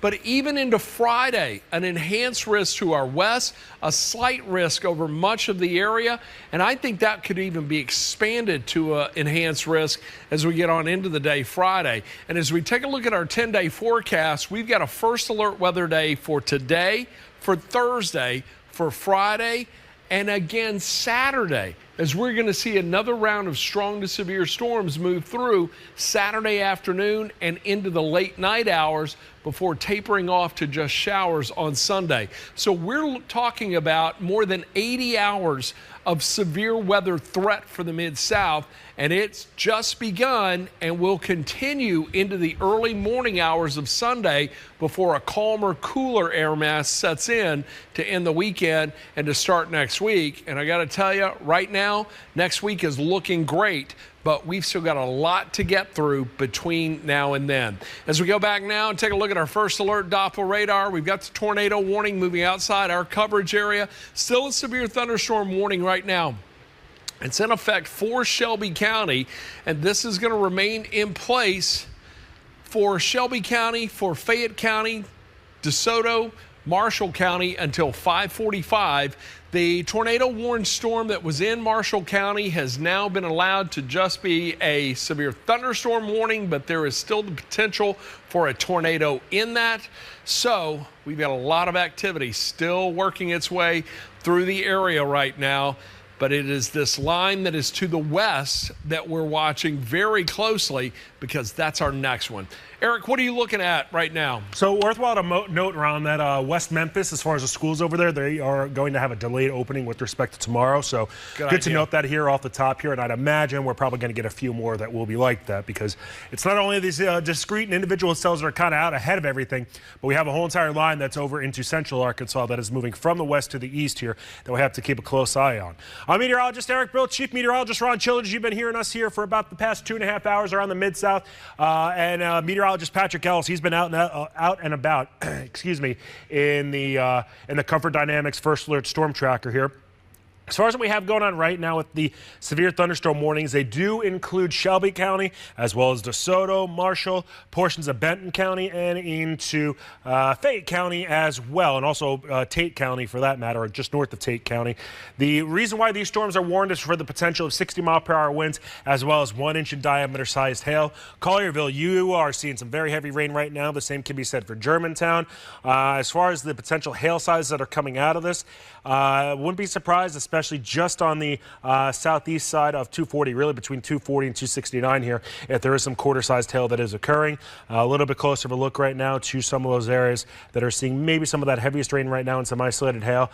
Just to the northeast of Mineral Wells on the other side of the Mississippi and Tennessee state line. Right along 385 here, along Winchester Road. Got a couple of car dealerships over there. I'm sure that they're seeing some pretty heavy rain right now. Just to the north into Germantown, your first alert there too, for seeing some pretty heavy rain. As far as the BTI numbers, you've been hearing Chief Meteorologist Patrick Ellis and myself talking about these. The BTI numbers on these are about a 5.3, a 5.2, but kind of hovering right around there. That is a scale of 0 to 10 here right now that indicates how likely there is a tornado being on the ground. Once that number starts to climb to 5, at or above 5, it gains our attention. And once that number climbs above a 7, that is when we do think that there is a tornado on the ground. Wouldn't be surprised if we do have some quarter-sized hail right over Germantown right now. So if you do live in Germantown right now, and if you could safely take a picture or a video and send on over via the Action News 5 First Alert weather app, feel free to do so, but only do it if you could do it safely, folks. That is the most important thing, and that's exactly why we've been on Action News 5 right now ever since about, I believe it was 3:15, or it might have been earlier than that, this afternoon.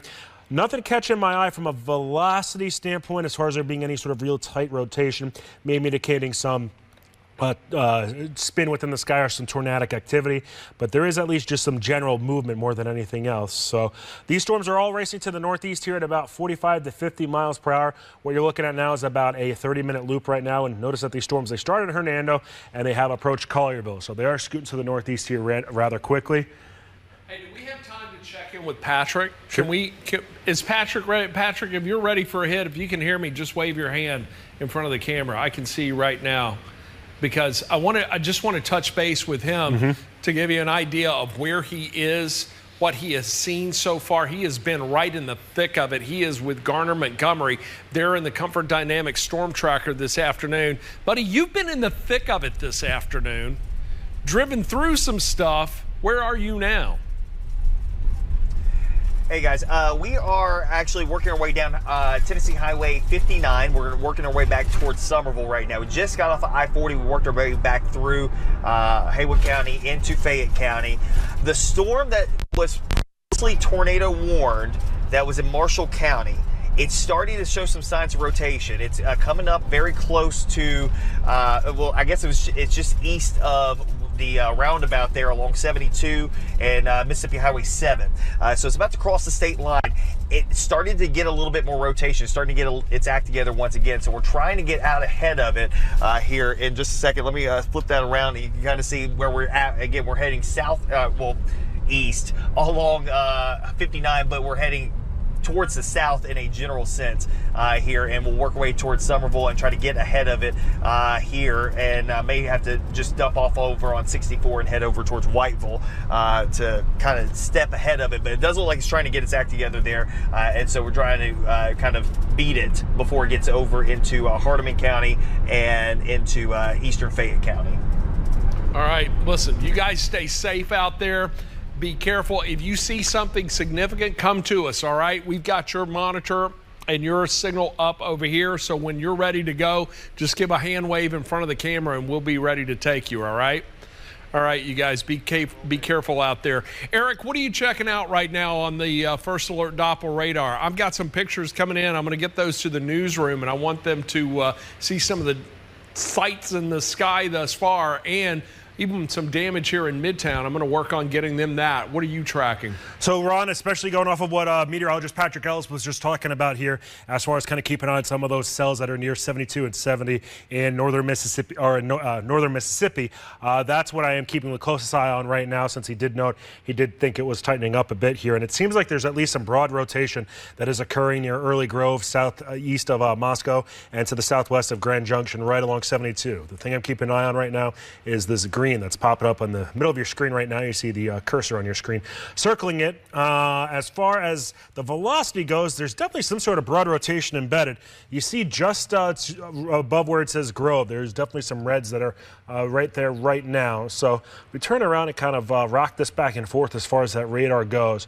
Definitely looks like we have some broad rotation right now just to the north and east of Early Grove. So if you are along, if you are in or if you're in Grand Junction, while you're not necessarily in a severe thunderstorm warning right now, this is something you want to keep an eye on, because there could be at least some rotation going on there. Over to Collierville and Germantown, especially with some of these pinks that are starting to pop up here, that's usually a good indication that we have some hail that's embedded here. And there's only a small dot right now that's saying that it is possible on the northeastern side of Germantown near the Wolf River and getting closer to Walnut Grove Road. Keep in mind, this is between 240 and 269, so we're not saying Walnut Grove Road here in Midtown Memphis or anything like that here, but at the least some pretty heavy rain. The rotation detector is trying to pick up on something here just to the east of Cordova, so that's another area that we got to keep a close eye on here as far as seeing some sort of rotation.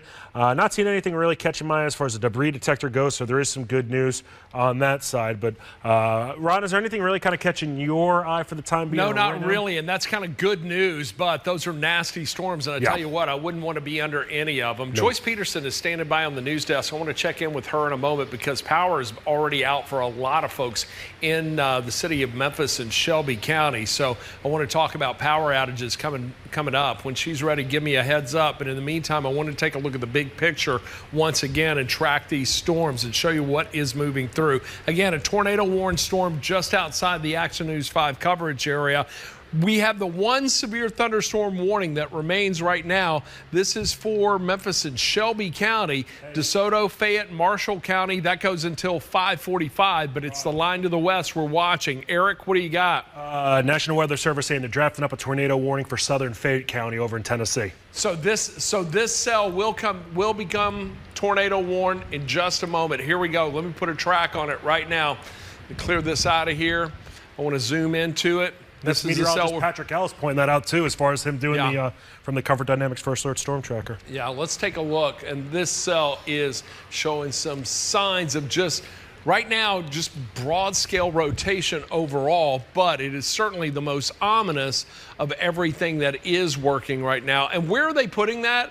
In southwest, or is that southeast? They're just saying southern Fayette County. They're Southern saying Fayette County. that there's a funnel cloud that was just reported on the storm. Oh, wow. too. So they've got visual confirmation of that. There's something that's right there. It's coming right off the Mississippi or Marshall-Benton County line, crossing Highway 72 and moving off to the north. As far as things go on the NEXRAD radar, there we go. And that was the point right there. Let me pan away from this. So here's what we have right now. Brand new tornado warning just now issued. And notice it's almost following in the same path as the one that came with it or that entered Madison County earlier. But right now, tornado warning for Fayette, Hardeman, Haywood, and Madison County. That's going to go until 6:15. Let's put a track on this, show you where it's going, who it's going to be impacting over the next few minutes. And I'm going to track it from that little area of rotation right there. We'll take it on through the Polygon, Grand Junction. Get in your storm shelter right now. You're in the path of the storm, and it is just a couple of minutes away from you. It's going to move through at 5:29. It'll move into Hickory Valley, 5:39. 5:45 moves into Middleburg. We'll see it then move into Bolivar at about 5:55. Should move into Tune at 6:05. Silerton, we'll see that move in at 5:12 or 6:12, 6:19 into Woodland, and then 6:30 it moves into Henderson. So the movement of this storm at this time is off to the northeast as it tracks right on through that polygon. As far as a debris signature, don't really see it. As far as a hail signature goes, a little bit of hail as it was moving on through, but it's actually this portion of the storm right now that we're watching more closely. And yeah, there it is right there. That's it. Eric, what are you picking up on that?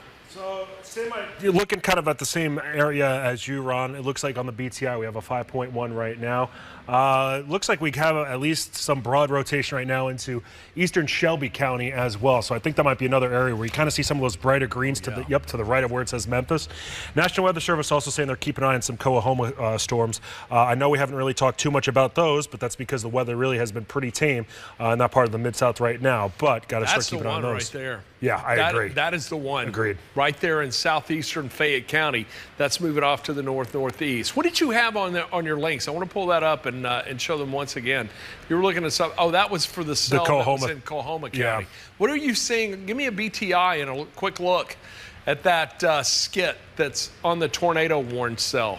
Okay, so now we're going over towards Fayette County. There we go. So let's see. If we pop that up here, we're looking at a 5.1. So that number, yet again, between a 0 and a 10. Is it a 1 through 10 or is it a 0 through 10, Ron? It is 1 through 10. Copy. So 1 is the lowest, 10 is the highest probability that there is a tornado within that. Right now, we're kind of straddling the line, but it does show some signs of intensifying. And Patrick was looking at that from a distance and even noticing the rotation just from the cloud and from what he was seeing on the radar. So I will say, if you start heading inside the 269, 385 loop, that number has been up to about a 5. It's up to a 5.8 now, and that's not a tornado warning storm, but it is still one that we got to keep a close eye on here. That's the one we were talking about a little while ago, moving into the city and possibly creating some big problems. Right, and this is approaching Germantown right now along 380 or approaching 385.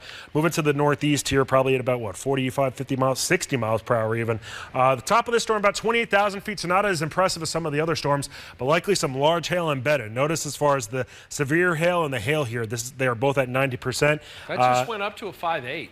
There you go. So yeah, that went up to a 5.8. I tell you what, if you're in Germantown, capable, if you're in Collierville, get to your storm shelter. Just go right now. Get in the safest place in your home right now.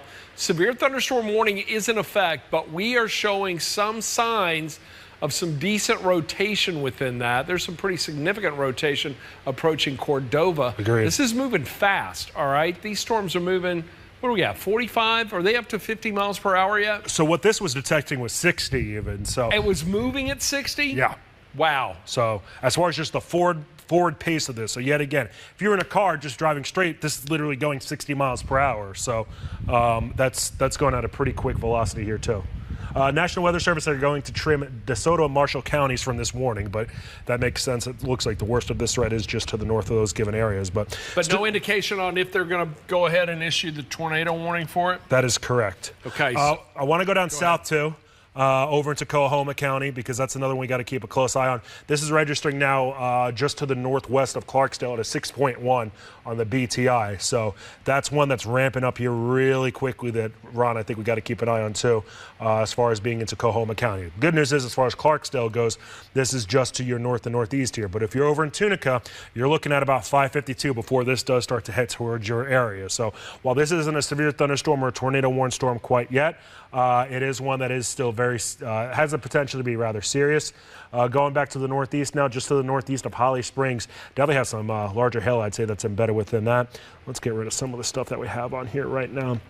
So when you start seeing these purples and pinks start to pop up and some of these whites and blacks, that's an indication that there could be some hail that is embedded here. So if we're looking just to the east of Moscow, quarter-sized hail near Cordova, quarter-sized hail, and there could be potentially some larger hail than that too, just to the southwest side of Germantown. So definitely have the potential of some big hail being around there right now. I just got a picture on Twitter, Eric. Looks like it's about nickel, the quarter-size hail in Olive Branch. So that was just sent to me on X. I keep calling it Twitter. Keep in mind, too, this was the second round over in Olive Branch, because we got some of our first reports in Olive Branch. This is going back a few hours ago, that there was some quarter-sized hail there, too. So definitely something we want to keep an eye on. And I got to say, Ron, I think the National Weather Service, the next warning that they're going to have here as far as the tornado warning goes, it's going to be into Coahoma counties, because we have a shear marker that's popping up here now, and we also have some red that's popping up on our screen here, and that's usually an indication of some strong winds that are at least embedded within here. So this is indicating some 70-mile-per-hour winds or greater, 70 miles per hour worth of winds or greater here, and that's racing off to the northeast too. So do we have a skid on that one here? So this is still at a 6-1 here, so that one's been ramping up too. All right, Eric.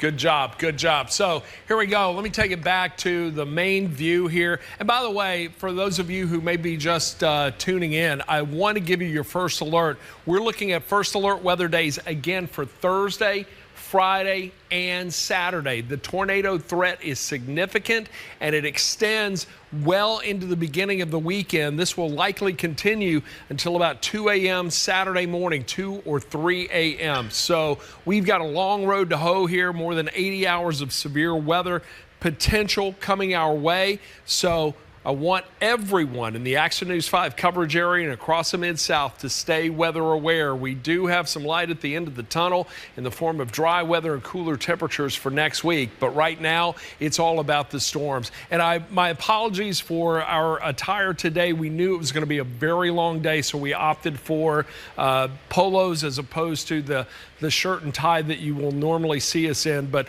we have a long night ahead, so we're going with comfort. I've even got tennis shoes on tonight. So we're here to track this from start to finish, and we're already seeing this line start to get closer to the Action News 5 coverage area. But right now, it's this tornado warning cell that is moving on through Fayette County and about to move into Hardeman County. And let me give you a new track on that as we take a look at what's moving on through. So this is east of Memphis and Shelby County. But right now, Hickory Valley, 541, moves into Middleburg, 547. We'll get into Bolivar right around 557. Cedar Chapel, 603, 608 into Hillville, then 615 into Silerton, should move into Woodland at about 621. Huntersville, right around 629. So this storm packing a punch. There is some distinct rotation within it. We have the tornado warn cell, and there was visual confirmation of a funnel cloud with this, and you can see that area of circulation that's in place right there. I know this may look like it's a little something. That is likely nothing more than just some strong wind, maybe even a little straight line wind that's coming in just behind it. But that's what we're looking at there. So take a look at the spectrum width. This is an idea of turbulence, and there's a considerable amount of it right here still lingering into northern DeSoto County, northeastern DeSoto County, northern Marshall County. So a lot of activity going on there. But But right now, the one tornado warning we have is for Fayette, Hardeman County. That's extending into Chester and Madison County.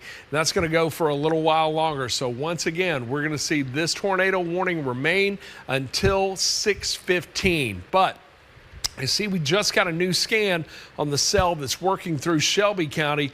Let's take a closer look at that right now. Wow, looks like there's some, is there some big hail in there? I'm seeing something. It's less than half an inch. Let's take it. Let's take the Midtown camera. We're looking to the east towards Germantown. I want to see what the sky looks like. A little dark in the distance there. Not much, not overly impressive. By the way, a lot of folks in Memphis and Shelby County without power. Can we, is JP ready? Can we talk to Joyce Peterson quickly? And then right after that, I want to touch base with Patrick, check in with where he is. Eric, do you have something to track first? Anything catching your eye? National Weather Service is saying that they're drafting up a tornado warning for southern Fayette County. They already have that tornado warning that's there. We do, but I'm wondering if they're going to reissue. I tell you what, I will take a second to look at that. Yeah. JP, I'm going to let you go over the power outages that we're dealing with here around the city of Memphis and Shelby County in the area. Take it away, and we'll be back in just a second with another track and some more clarity on what's coming up. Gotcha. All right, gentlemen, regroup, and we will go over the power outages. The MLGW outage map shows about 5,200 customers without power at this hour. It was up to 6,000 plus earlier in the day. It's been vacillating depending on the storm that's moving through, the wind gusts. We had 58-mile-per-hour wind gusts before the storms even arrived today. You're looking there at the map now. MLGW is telling us that they have 50 crews ready to complete damage assessments and make repairs and restore power to all customers safely and as quickly as possible. Remember, more lines of storms are coming through, and that will halt the work at some point. So the 5,200 who are out now, I saw a restaurant tweet at or X at MLGW, when is power going to be restored? I hate to tell that restaurant, but as soon as it gets restored, you might risk losing it again as this weather moves through the Mid-South. A reminder from MLGW, if you see a power pole that's down, call and report it. It does take an average of 8 hours to repair a single pole, so be patient if we have damage. Let's go ahead and check out Energy. I was checking out Energy Arkansas and Energy Mississippi. Which would you all like to start with? Let's go back to Chief Meteorologist Ron Childers right now. Tornado warning just issued. Let's come back and let's go straight to the first alert Doppler radar. Brand new tornado warning just issued. This now extended. We were looking at, there was a little bit of confusion because we had the warning that was already in effect. And I tell you what, let me bring up the info button here. And we were looking at why they were looking at another area, but we have this tornado warning now. This is for Chester, Hardeman, Haywood, Madison County. That's going to go until 6:15. Now, there was another one. And Eric, if you can check out the wording on it, Fayette, Hardeman, Haywood County till 6:30. It looks like we've got overlapping tornado warnings. I think they're going to expire that other one, or just they're replacing it. Okay, all right, so this will be more specific to where the area of rotation is. Let me see this. And look, you see something on that, Eric, jump in. All right, so two areas. One right here. This is the part I think they're going to let expire. This is the one they're watching right now. That's the area that's moving off to the north and northeast. Let's put a track on that. And that's registering as a 5.8 right now as you're updating that track, right? Oh, wow. So that's Hold on, let me come back to this one more time. Yeah, so that is right there along the line. So I'm going to track it from right here. That's it. You can pretty much see it right there. So Hickory Valley, 544. Get in your storm shelter right now. Bolivar, 559. Find the safest place in your home. Go to your storm shelter. So we get into 609, it'll move into Tune. Silerton, 617. Then it moves into Medon at 622, 627 into Bethel Springs, 634 it gets into Henderson, and then 639 it will move into Jackson. So a lot of activity. This tornado warning that's in place right now, the one that's overlapping that's the one that will be allowed to expire. But we're looking at now a new tornado warning That is going to go until 6:15, but that is for that same cell, kind of overlapping at this time. Eric, you got a clearer view on it?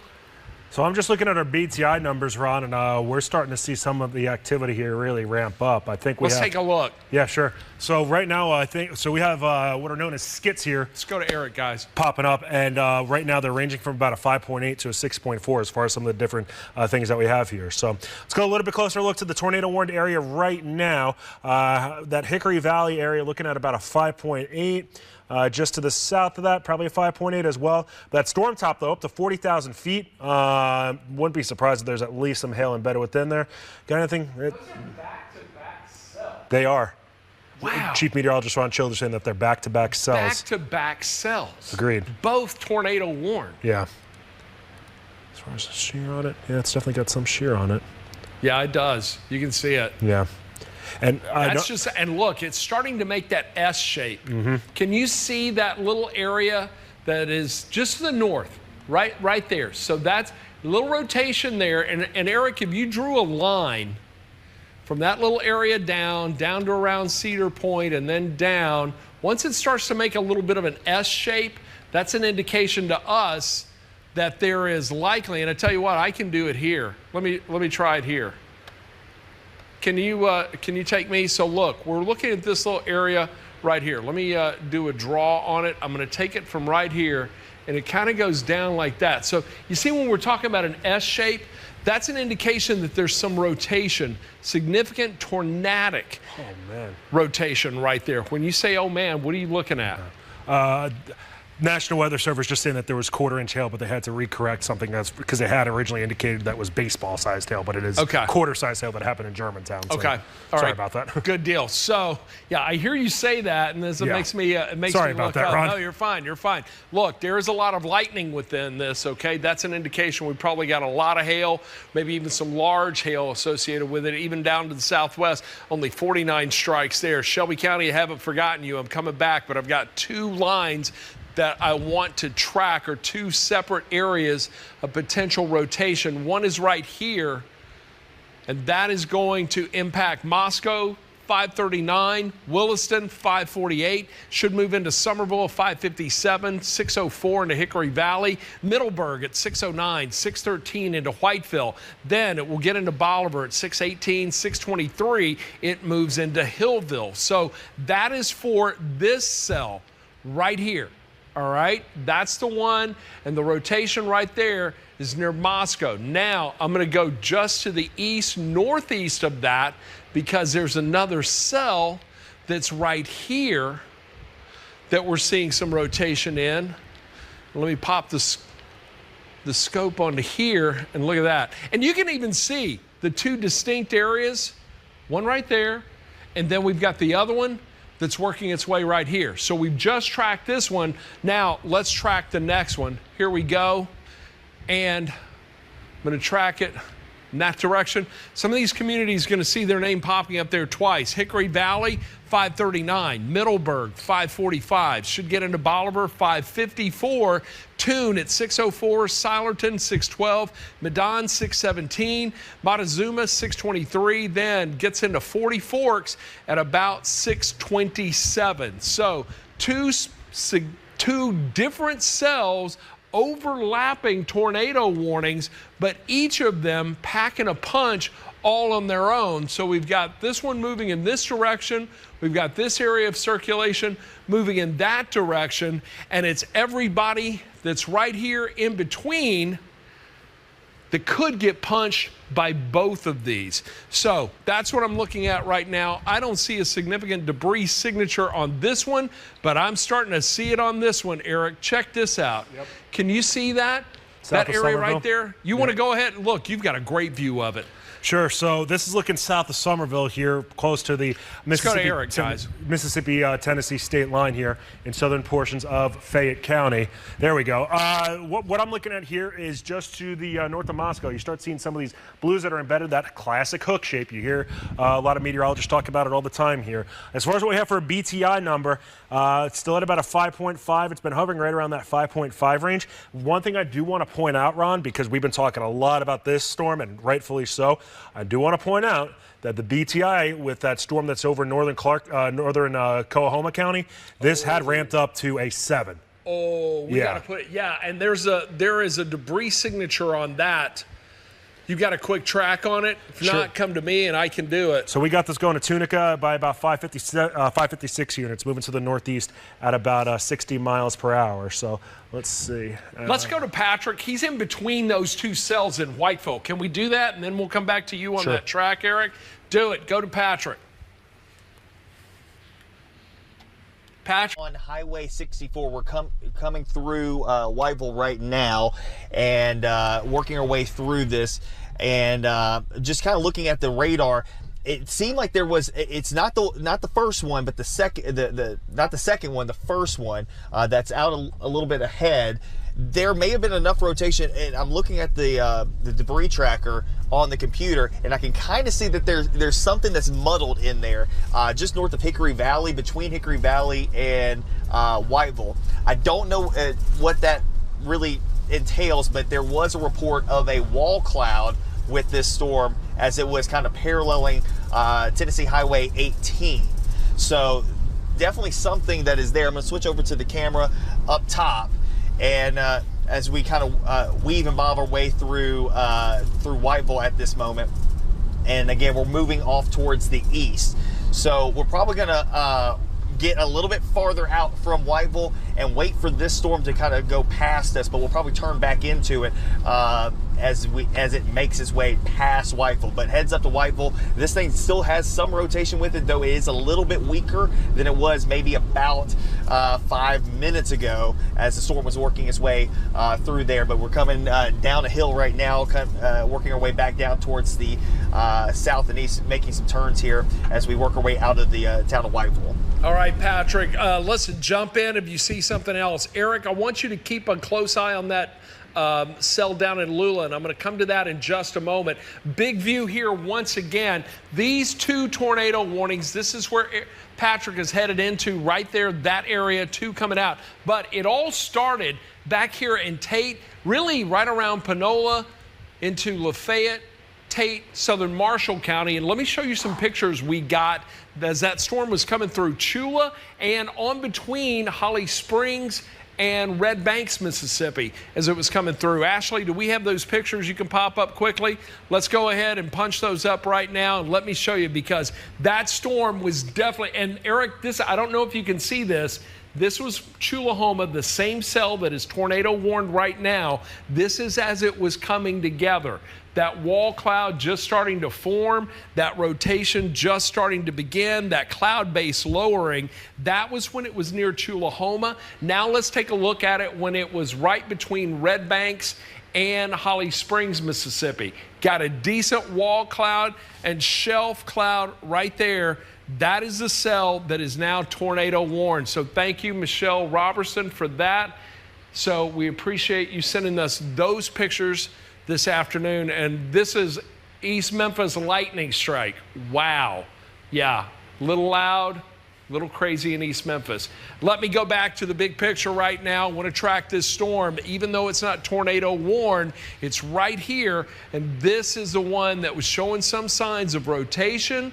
We were getting a bit of a debris signature with it as well.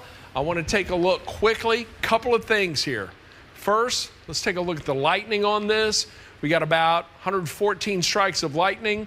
Hail indication on it. Oh, there's some monster hail with that. Crossing the Tunica-Coahoma County line, just under 1.5 inches in size. Let's check out the scope and see if we see rotation on it. And yeah, there's a little something. I'll tell you what, let me clear this off. And I want to go back to the scope. I'm going to put this up. And then we're going to go back to the scope.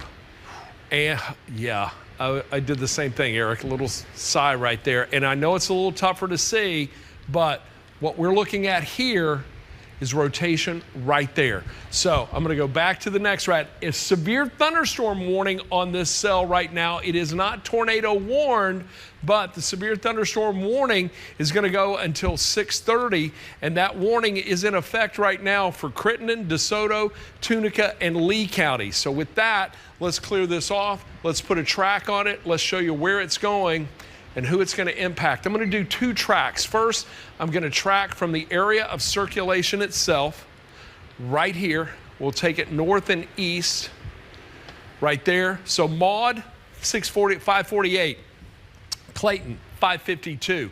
Then it's going to move into Austin at 555. 601 Tunica, 608 Dooley. We'll see it move into Boundary right around 613. Tunica Resorts, 616. Then 620, it's going to move into Banks. So we're tracking it from the southern portion of the storm, that area of rotation right there that's right over Maud right now. Now, let's clear this off. Let's put another track on it, and I'm going to track it from the leading edge into, because this is going to impact, this is going to hold together. This is coming into Shelby County. I want you to be prepared for it right now. Let me do this. I'm going to put a different type of track on here, and we will track it moving this direction.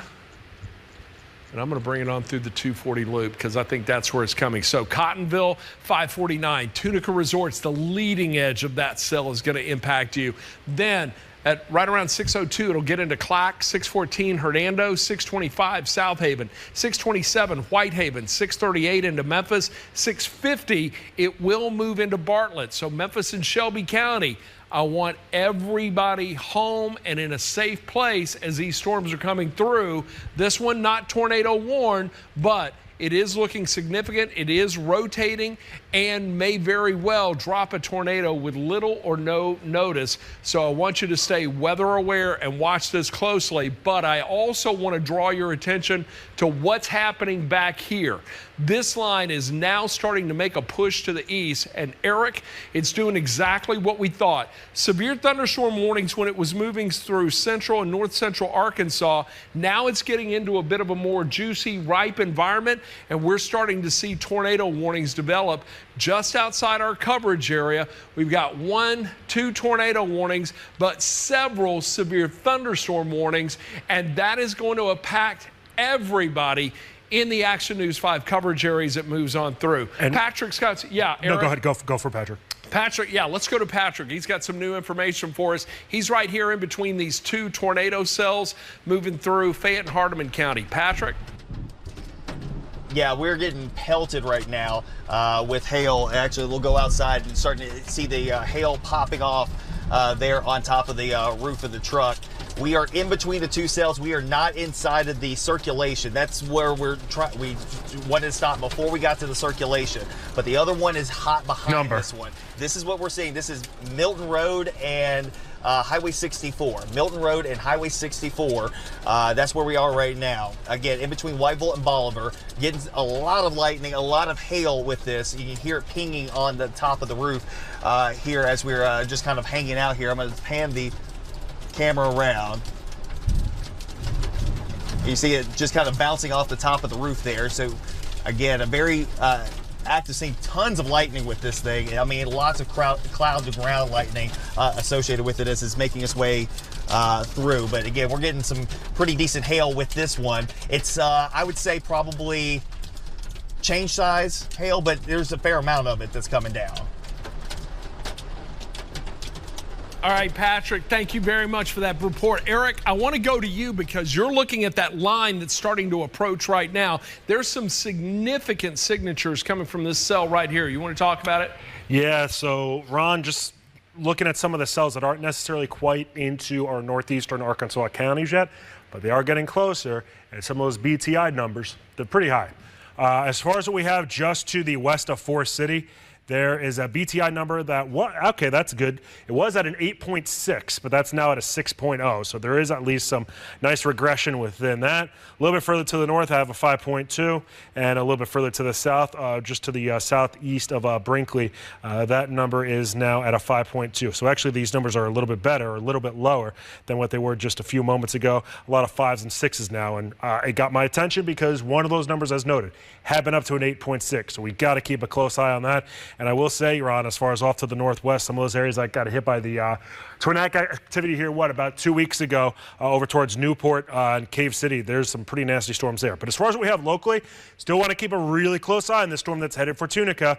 That BTI number is at a 7.2, and I believe that is the highest number that we've had on that BTI up to this point here today. So if you are in Tunica, if you know anybody that's at the resorts, make sure that they have that first alert, as there is a severe thunderstorm warning in place right now. That severe thunderstorm warning is until 6:30 this evening. This is moving to the northeast, and this is what Ron Childers had mentioned is headed towards Shelby County here. We still have a little bit of time before it does start to impact Shelby County, even DeSoto County, but you want to prepare for that.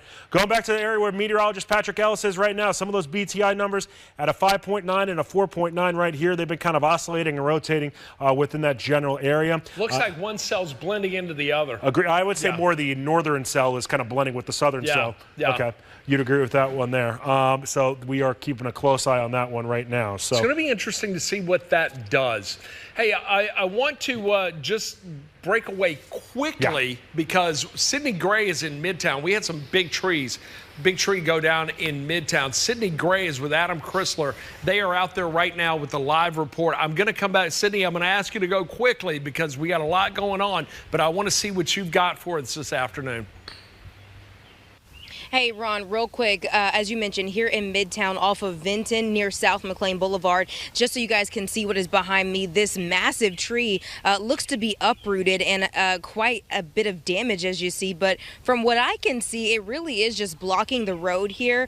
We cannot get past it, obviously, because of this tree. But from what I can see, good news is I don't see any damage to a home, so that is the good news. However, I do see some power lines right here, and that is going to be a significant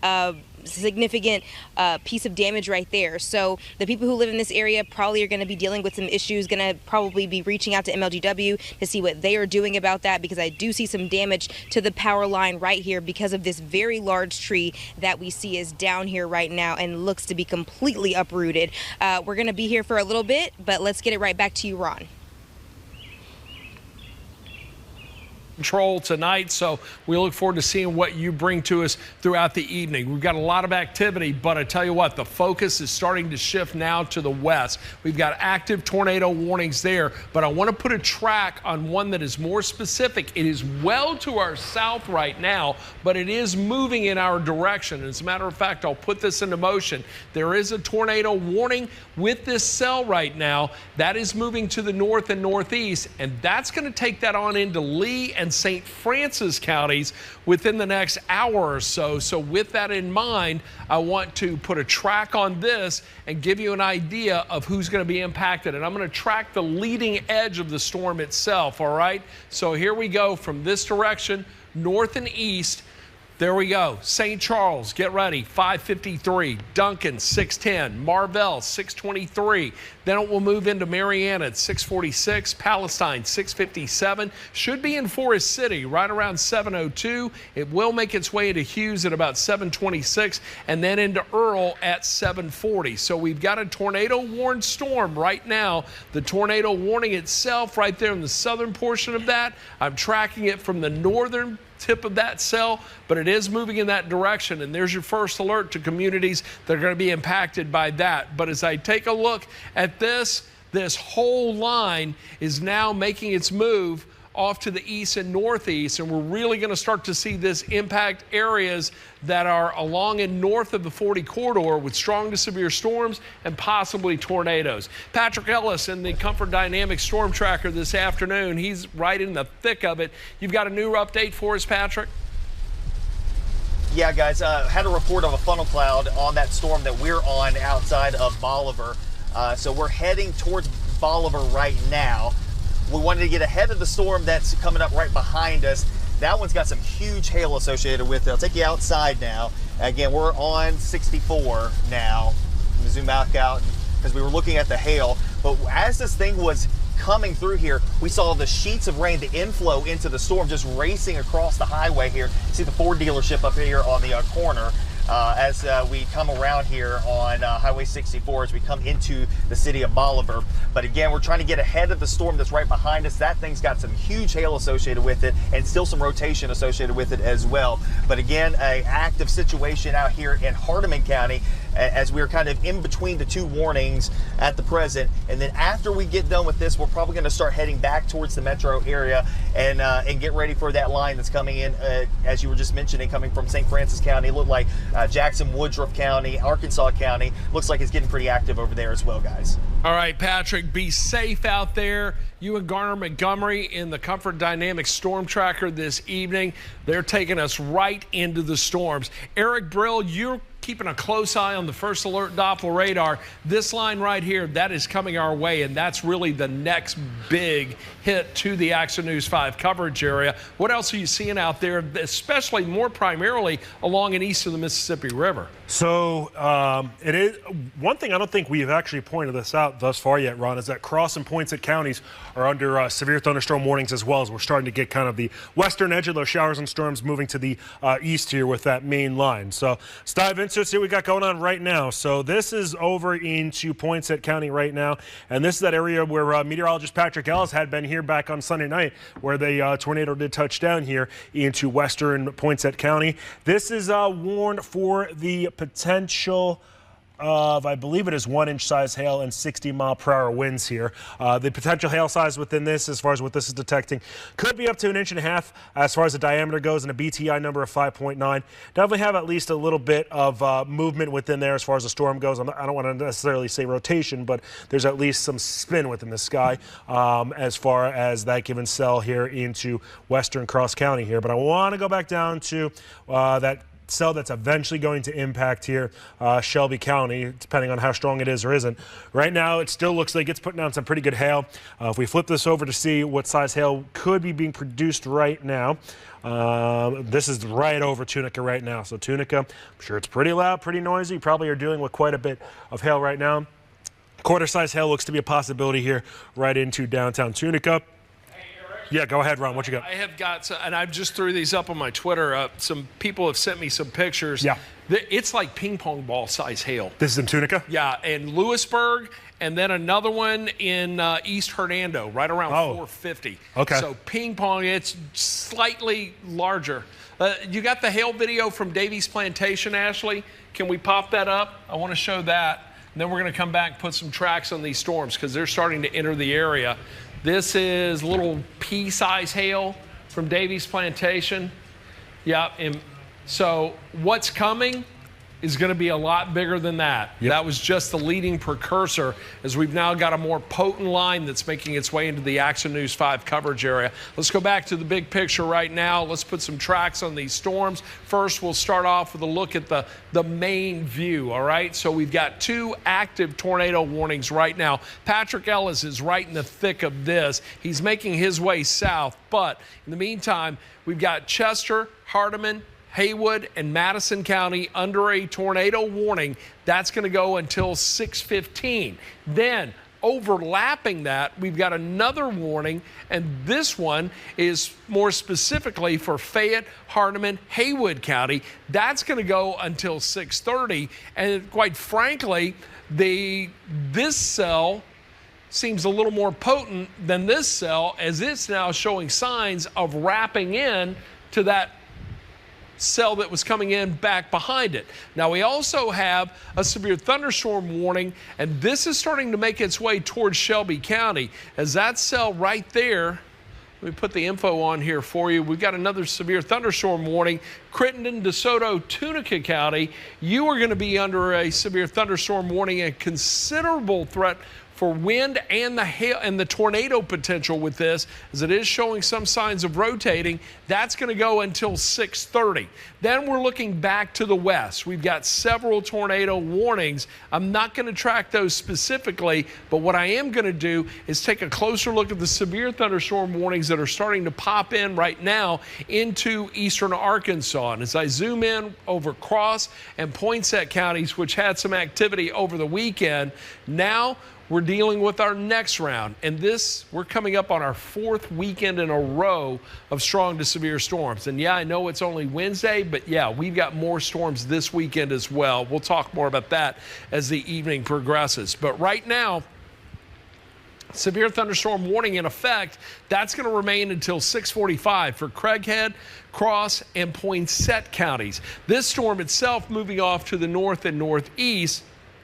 It's going to be a little while before it makes its way to the river because the general movement is in this direction, but it is making a slow push in this direction. So with that said, as that comes on in, I want to track that portion of the storm that's just to the south of it that is frankly a little more potent, or seemingly the more potent portion of that storm. I'm going to clear that off. So Ron, you're talking about that area right now. National Weather Service saying they're about to issue a tornado warning for the storm crossing over into St. Francis and Cross County. So you're right on top of it. I see it right and Ron, there. The BTI number on this one, when I was just looking, it was at a 9-1. Oh, Eric, all right, 2 tracks on this. All right, first, we're going to track the leading edge of the storm, okay? So here we go. That leading edge is going to impact a lot of communities as it moves in this direction.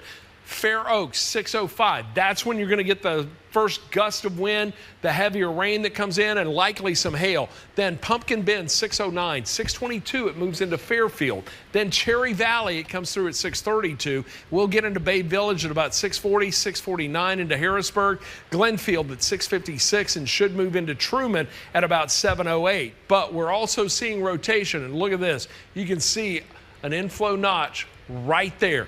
Let me put the scope on it. Let's check it out. National Weather Service drawing up a tornado warning. We're going to, and it is right there. Yeah. Look at that.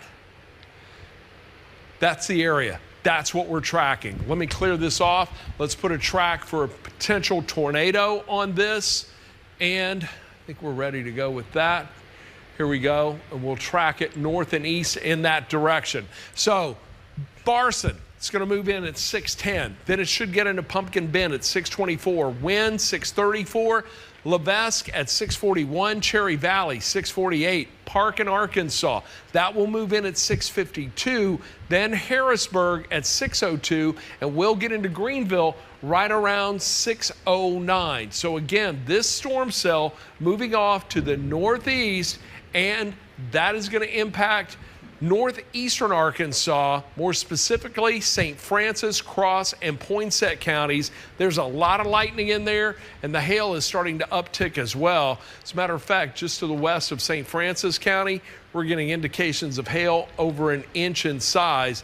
Yeah, there's a lot of it in there. Eric, you've got a pretty good BTI and a shear marker on it. What are you seeing? I'm just kind of, this whole line from north to south, almost extending it from Poinsett County down to Phillips County, is pretty much tornado warned throughout it here. Yeah, and this is the main event. Yeah. This is the main event. The storms we've been dealing with this afternoon, they produce some hail, some wind. We've had some damage with trees. We've even had confirmed tornadoes. No damage, confirmations of damage from those. But, ladies and gentlemen, this line that is moving in from the west, that's the line that's going to really impact us. And we have 1, 2, 3, 4, 5 tornado warnings in that. And I will say, Ron, as far as that goes, there's at least a couple, though, that do have a confirmed tornado in there. So this is kind of a weird sort of area as far as the National Weather Service goes, because this is where Little Rock starts to hand it off here to Memphis. And this results in kind of, I wouldn't say the language kind of changing a little bit here, but as far as just kind of different criteria and things of that nature. So kind of, we got to hold tight here and see how this plays out as far as the warnings and the confirmations and things like that go. So for the time being right now, we have a tornado warning. Just got a new tornado warning, Eric. That just now came out. That is for, hey, if you see that, just now came out. That is for, that's going to be for Cross and Poinsett counties. Let me go right to it right now. This was just issued seconds ago. Here it is right here. Tornado warning. This is going to be for Craighead, Cross, Poinsett. That's going to go until 7 o'clock this evening. That's the cell we were watching. That was the one we're concerned about. And now we've got a tornado warning for it.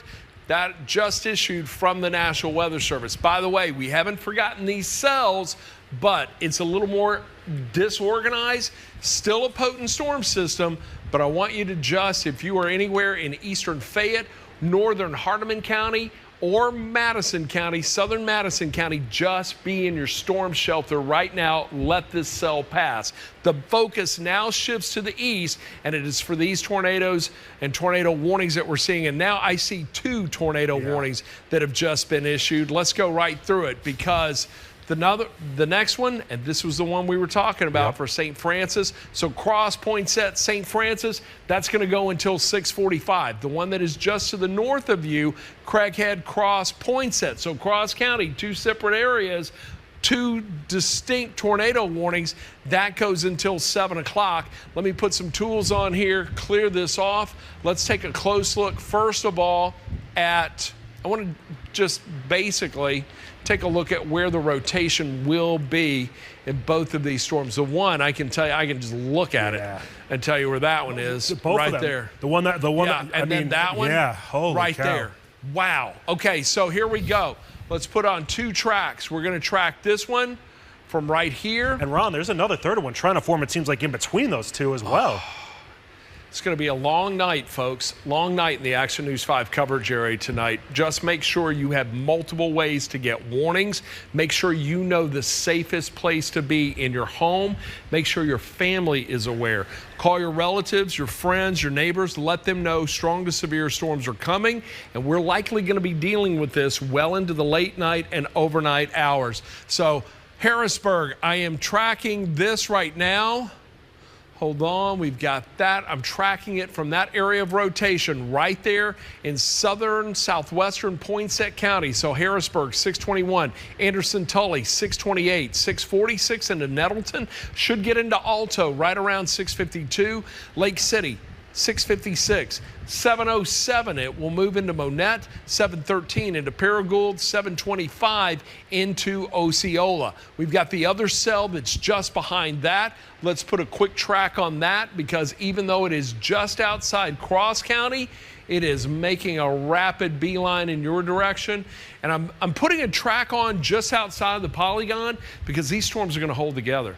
I think we're going to see these tornado warnings extended. The atmosphere is ripe, it is supportive, and so they're ready to come on in. Barson, 609, 610 into Bemis. It will get into Fair Oaks right around 619, 632 into Wynn. Parkins, 651. Harrisburg, 701. Harrisburg, you could be in for a 1-2 punch. One storm coming in, followed by another one just behind it. Greenfield, 707. Turl, Arkansas at 720. We've also got more tornado warnings to the south.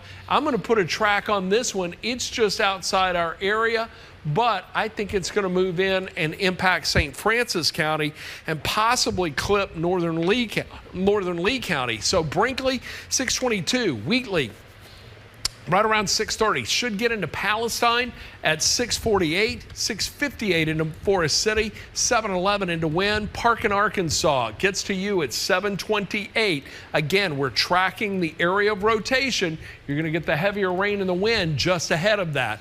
That's going to be moving into Earl at 736, and then Harrisburg at 742. All of this activity making a move now to the east-northeast, and Eric coming in really right on cue as we had talked about these storms entering eastern Arkansas by about 6 o'clock and then making their way towards the river by 7. Right. So a lot going on. What do you see right now? So National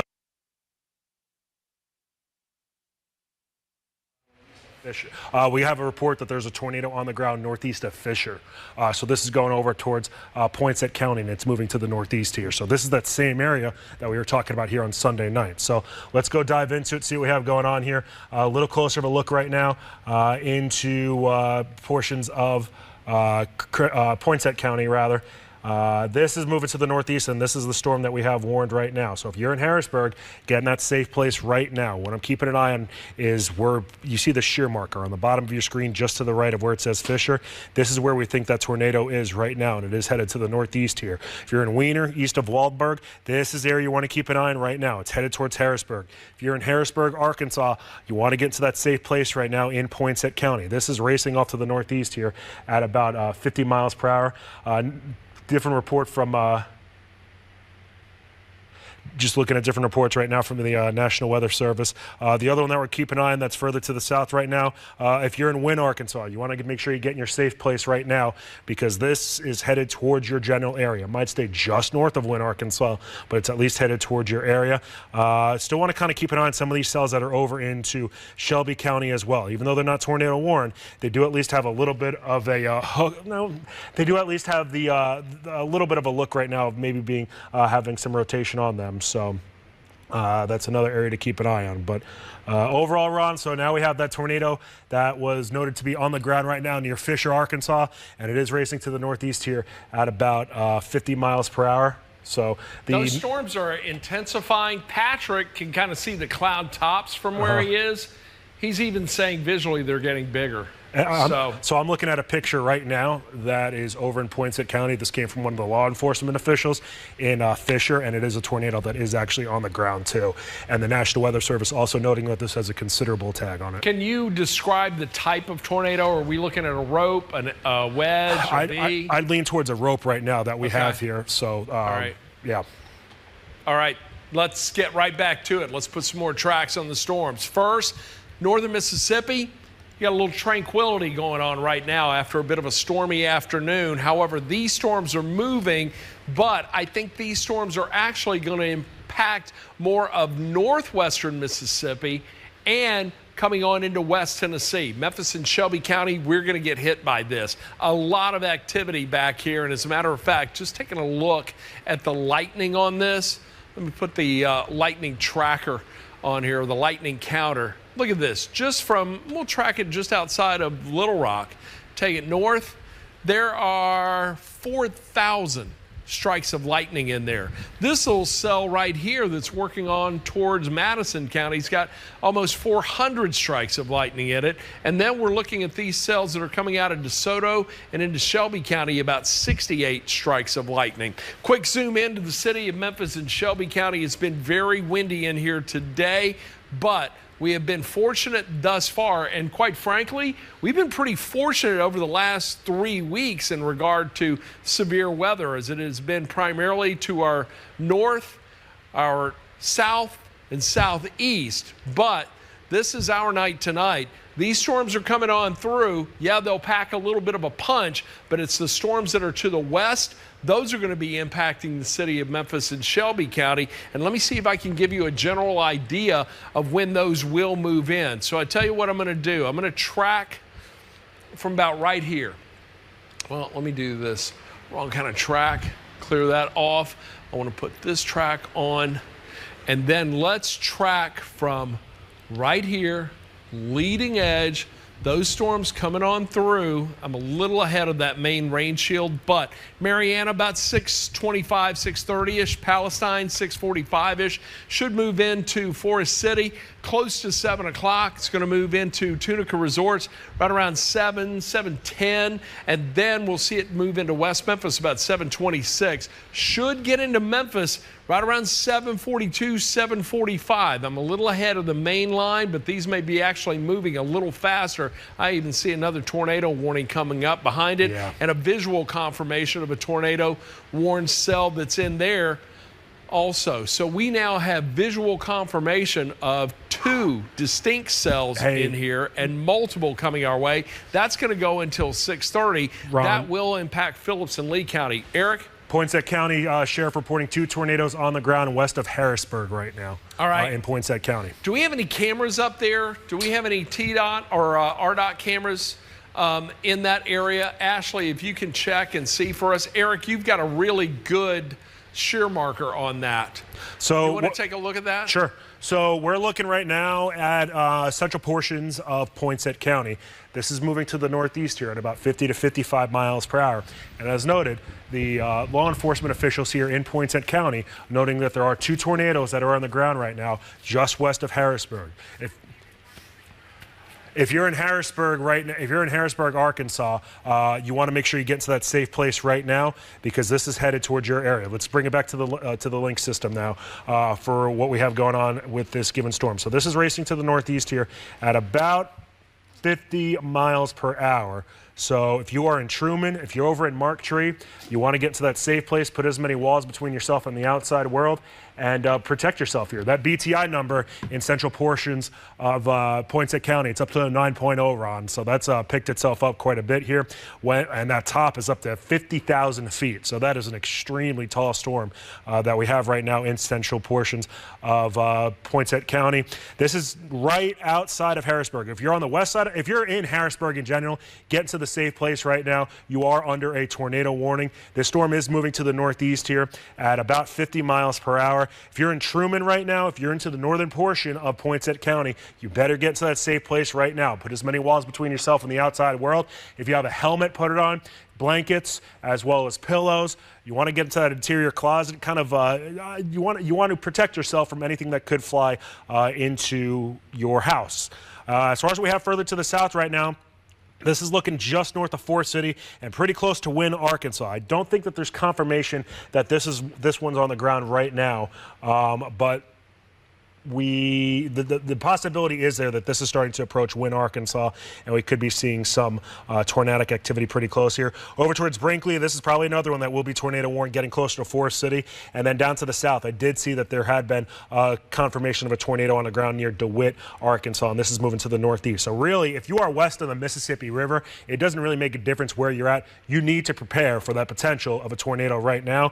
Don't want to forget about western Tennessee as well as northern Mississippi. Still do have a tornado warning that is in place for Hardeman County, and that is moving itself to the northeast as well. Fortunately, it does look like that this is moving to the northeast here too. So the last one I'm going to keep an eye on is over into Tunica as well as into Tate and DeSoto counties. This will eventually start to scoot itself into Shelby County as well. Not tornado warned, but this is a severe thunderstorm warning, and that's racing off to the northeast here at about 50 to 60 miles per hour as well. The ones that we're really keeping an eye on, though, as noted, these are on the ground per some law enforcement officials here over in Poinsett County, is that we do have two tornadoes that are on the ground right now in Harrisburg, Arkansas, or just west of Harrisburg, Arkansas. So if you know anybody that's over into Truman, if they're in Bay, even in Jonesboro, Brooklyn, Lake City, give them that first alert. Make sure that they're aware that there are two tornadoes on the ground just west of Harrisburg and headed to the northeast here at about 60 miles per hour. And Ron, those BTI numbers, they're all the way up to a 9.0. We talked about how that scale goes from a 1 to a 10 right now. So not a good situation right now over towards Harrisburg and just west. Confirmed tornadoes on the ground in eastern Arkansas. If you are in any of these areas, I want you in the safest place in your home right now. Get to your storm shelter. Let me show you the first alert Doppler radar view that I have here. This entire line is now poised to impact eastern Arkansas. The movement is to the east-northeast. It will impact West Tennessee. It will impact Memphis and Shelby County, northwest Mississippi. Areas that are to our east and southeast, you may be in pretty good shape tonight overall. But you're not out of the woods yet, as we are looking at days of severe weather. Another first alert weather day tomorrow, again Friday, and again on Saturday. So we've got a lot of activity coming, but this is the first round to kick it off tonight, and this is likely going to go well into the late and overnight hours. Here we are at about 6:17. I don't see this line clearing out of here before midnight tonight. So we are looking at a lot of activity, a lot of rain, a lot of hail, a lot of lightning, and right now we've got a lot of tornado warnings. So let's walk through it once again. I'm going to start up here in northeastern Arkansas. We're going to put some tracks on these storms. I know they're skewed a little bit by the lightning, but we do have where you see the areas that are red with white. That's where we have visual confirmation. There is confirmed tornado on the ground. So let's start off with that cell, and let's put, and I believe, I want to make sure I'm tracking it from the right location. So I'm using the velocity scope here. Oh, yeah, that's it right there. Can you see that? And Eric, what was the BTI on that? Was that like a 8, 9? Last check, it was a 9. 9. All right, so this is a dangerous situation right here, all right? Tornado on the ground, that couplet holding together. Let's get back to it. Let's put a track on it right there. Let's take it off to the north and east. And you know what? let me clear that off because I think I need to give it a little more of an easterly progression. with it as opposed to a northeast. This is going to impact Mississippi County, Blytheville. You're looking at it coming in right around 6:30, 6:33. All right, so in the meantime, 6:22, it moves into Greenfield. Should see it get into Truman at about 6:38, 6:48 into Lake City, 6:55 into Caraway, 7:01 into Etowah. Then it moves into Big Lake at about 7:12, Osceola 7:23, and then 7:33 should move into Blytheville. We've got another tornado-warned storm right here just to the west of Wynn. I want to put the scope on here, make sure I'm tracking it from the right location. We're just looking for where the rotation is likely occurring. Looks like it's right here. There we go. So I'm going to come back to this. Man, that's a heck of a hook right there. Yeah. So let's take that off to the east. Mississippi County, you're looking at back-to-back cells coming through. All right, so Cherry Valley, 640. Harrisburg, 655. 701 into Greenfield. We'll get into Mark Tree with this at about 710. Turl, Arkansas at 718. Lake City, 729. Monette, 740. And then should move into Paragould right around 748. Taking a look at the hail structure on this.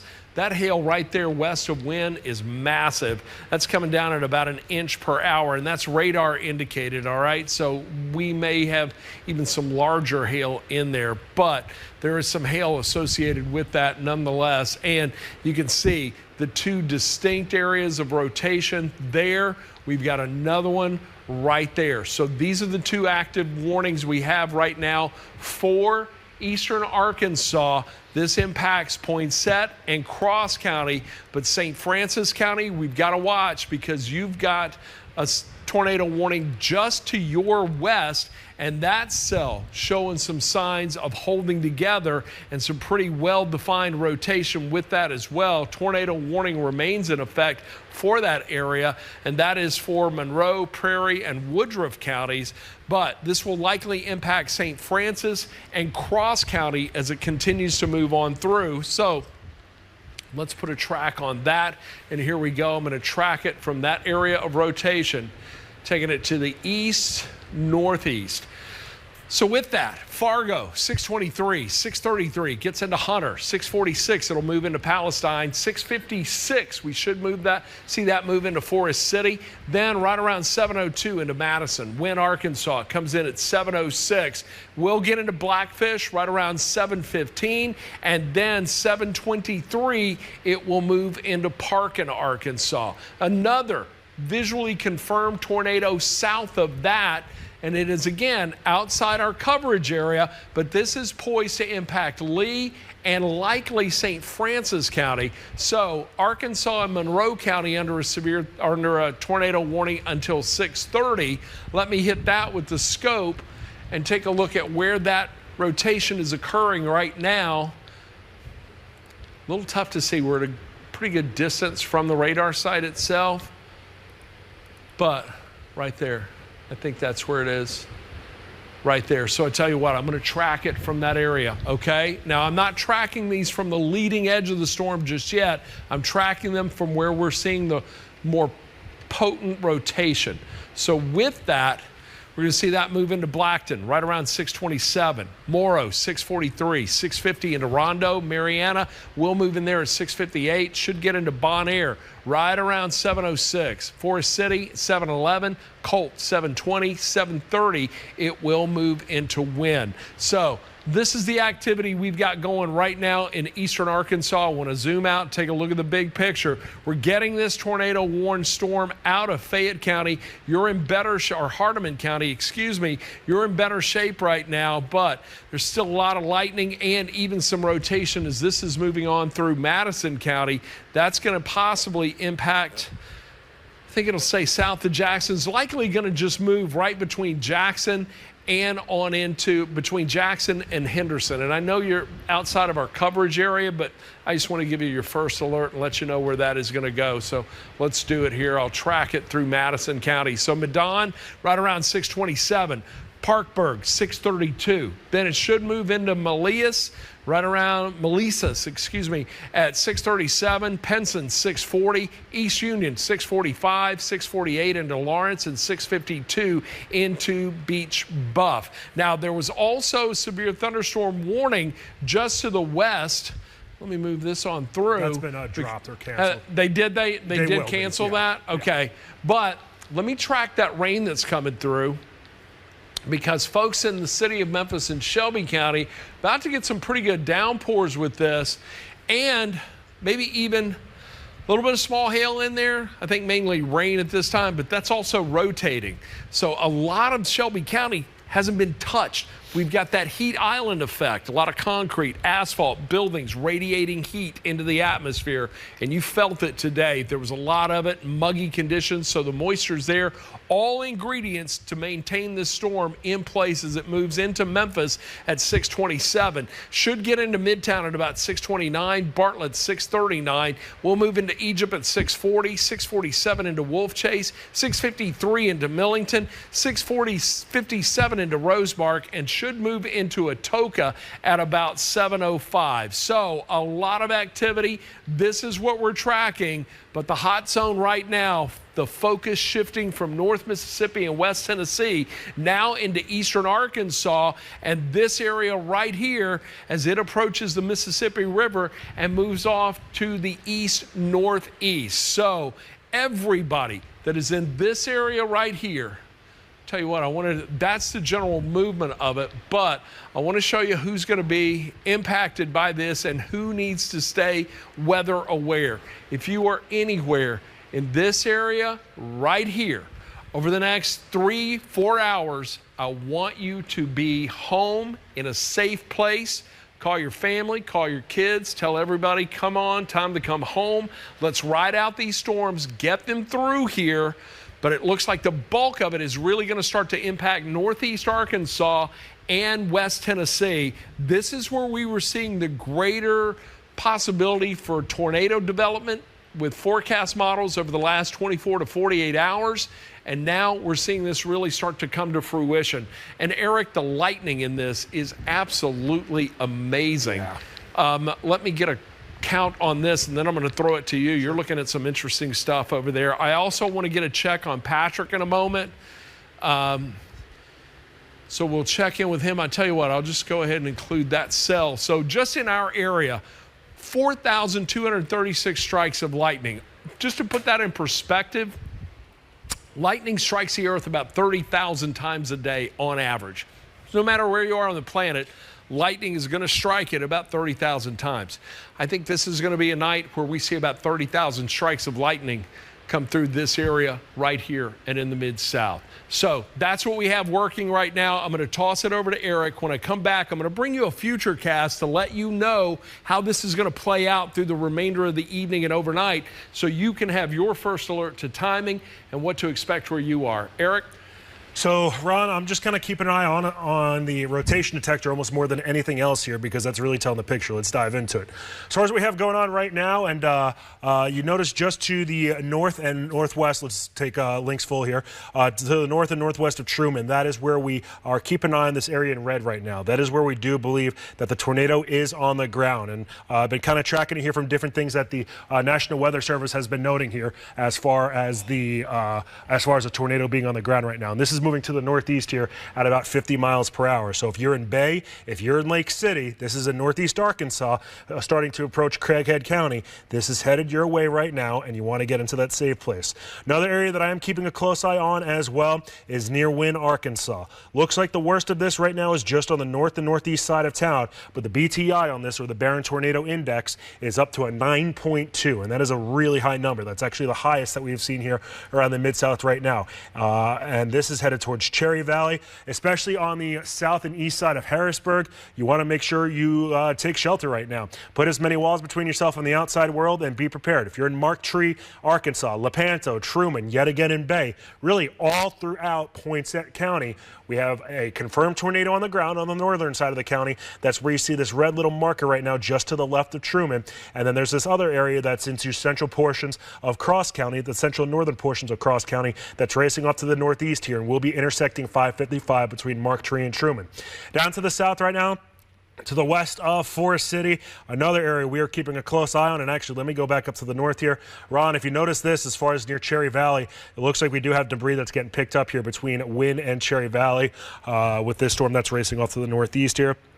A little bit further to the south, as we get closer to Woodruff and St. Francis counties, this is moving to the northeast as well. Yet again, another tornado-warned storm. And let me just back it out for a sec so you can kind of get an idea of all the different warnings that we have here across the Mid-South right now. This should give you kind of a good idea. Look at all those things that are blinking. Those are all either severe thunderstorm or tornado warnings that we have here across the Mid-South. And some of them are overlapping because there are multiple cells that look to be tornado-warned right now. As far as what we have for the shear rate right now, the one that's still without question catching our eye the most is in the northern portion of Poinsett County, and this is yet again headed towards the southeastern corner of Craighead County. So if you know anybody that lives in Jonesboro, if they're on the south side of Jonesboro, on the east side of Jonesboro, give them that first alert. I do want to look up the road too. Hit that new skid, Eric, that just popped up south of Bay. Hit that. 6. All right. So, but these have been oscillating back and forth, Ron, between about a 6 and a 9 here. So, okay. Right. Don't want to get, obviously we'd rather have a 6 and a 9. So I wanted to see if there was any new info on that. Totally get it. But if you live in Blytheville, this is headed in your area. Doesn't necessarily mean it's going to be on the ground or confirmed or anything like that, but you need to prepare for that right now. Ron, as far as I think you'll correct me if I'm wrong.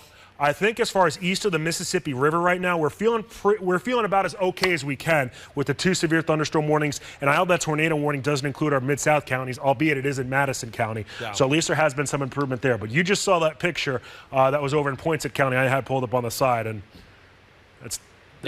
Yeah, it's going to be a long night, folks. Look, we've got a tornado watch in effect for the entire coverage area. It's going to go until midnight tonight. We're going to take a look at some video in just a moment, but I want to give you a first alert as to what we're expecting as the evening progresses. So here we are right now at 6:30.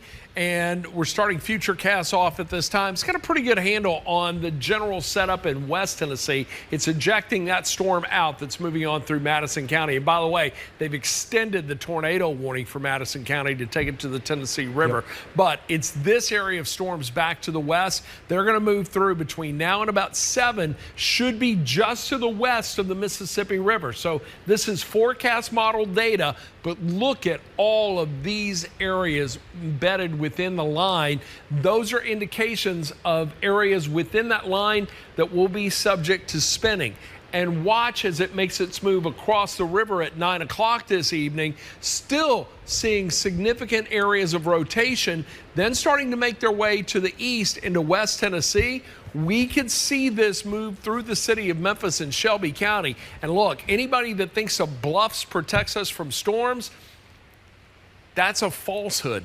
That is that the bluffs have about the same impact in slowing down storms as a bug has slowing down your vehicle when it hits your windshield.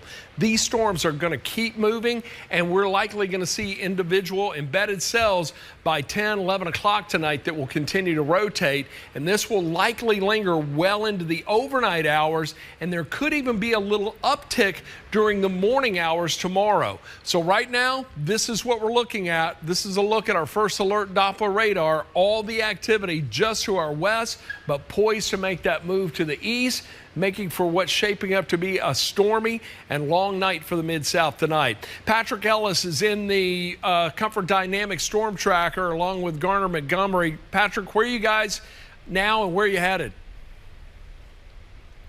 Hey guys, just so you know, we are heading westbound. We're leaving Hardeman County, of course. That same storm just became tornado warned as it was making its way up into Chester and Madison counties. So that same storm that we were involved in that had 2 tornado warnings associated with it kind of fell apart and then became a severe thunderstorm warning and then re-upped with the tornado warning. So that storm is cycling, but we're heading westbound along Highway 64 right now. And let me move the camera around.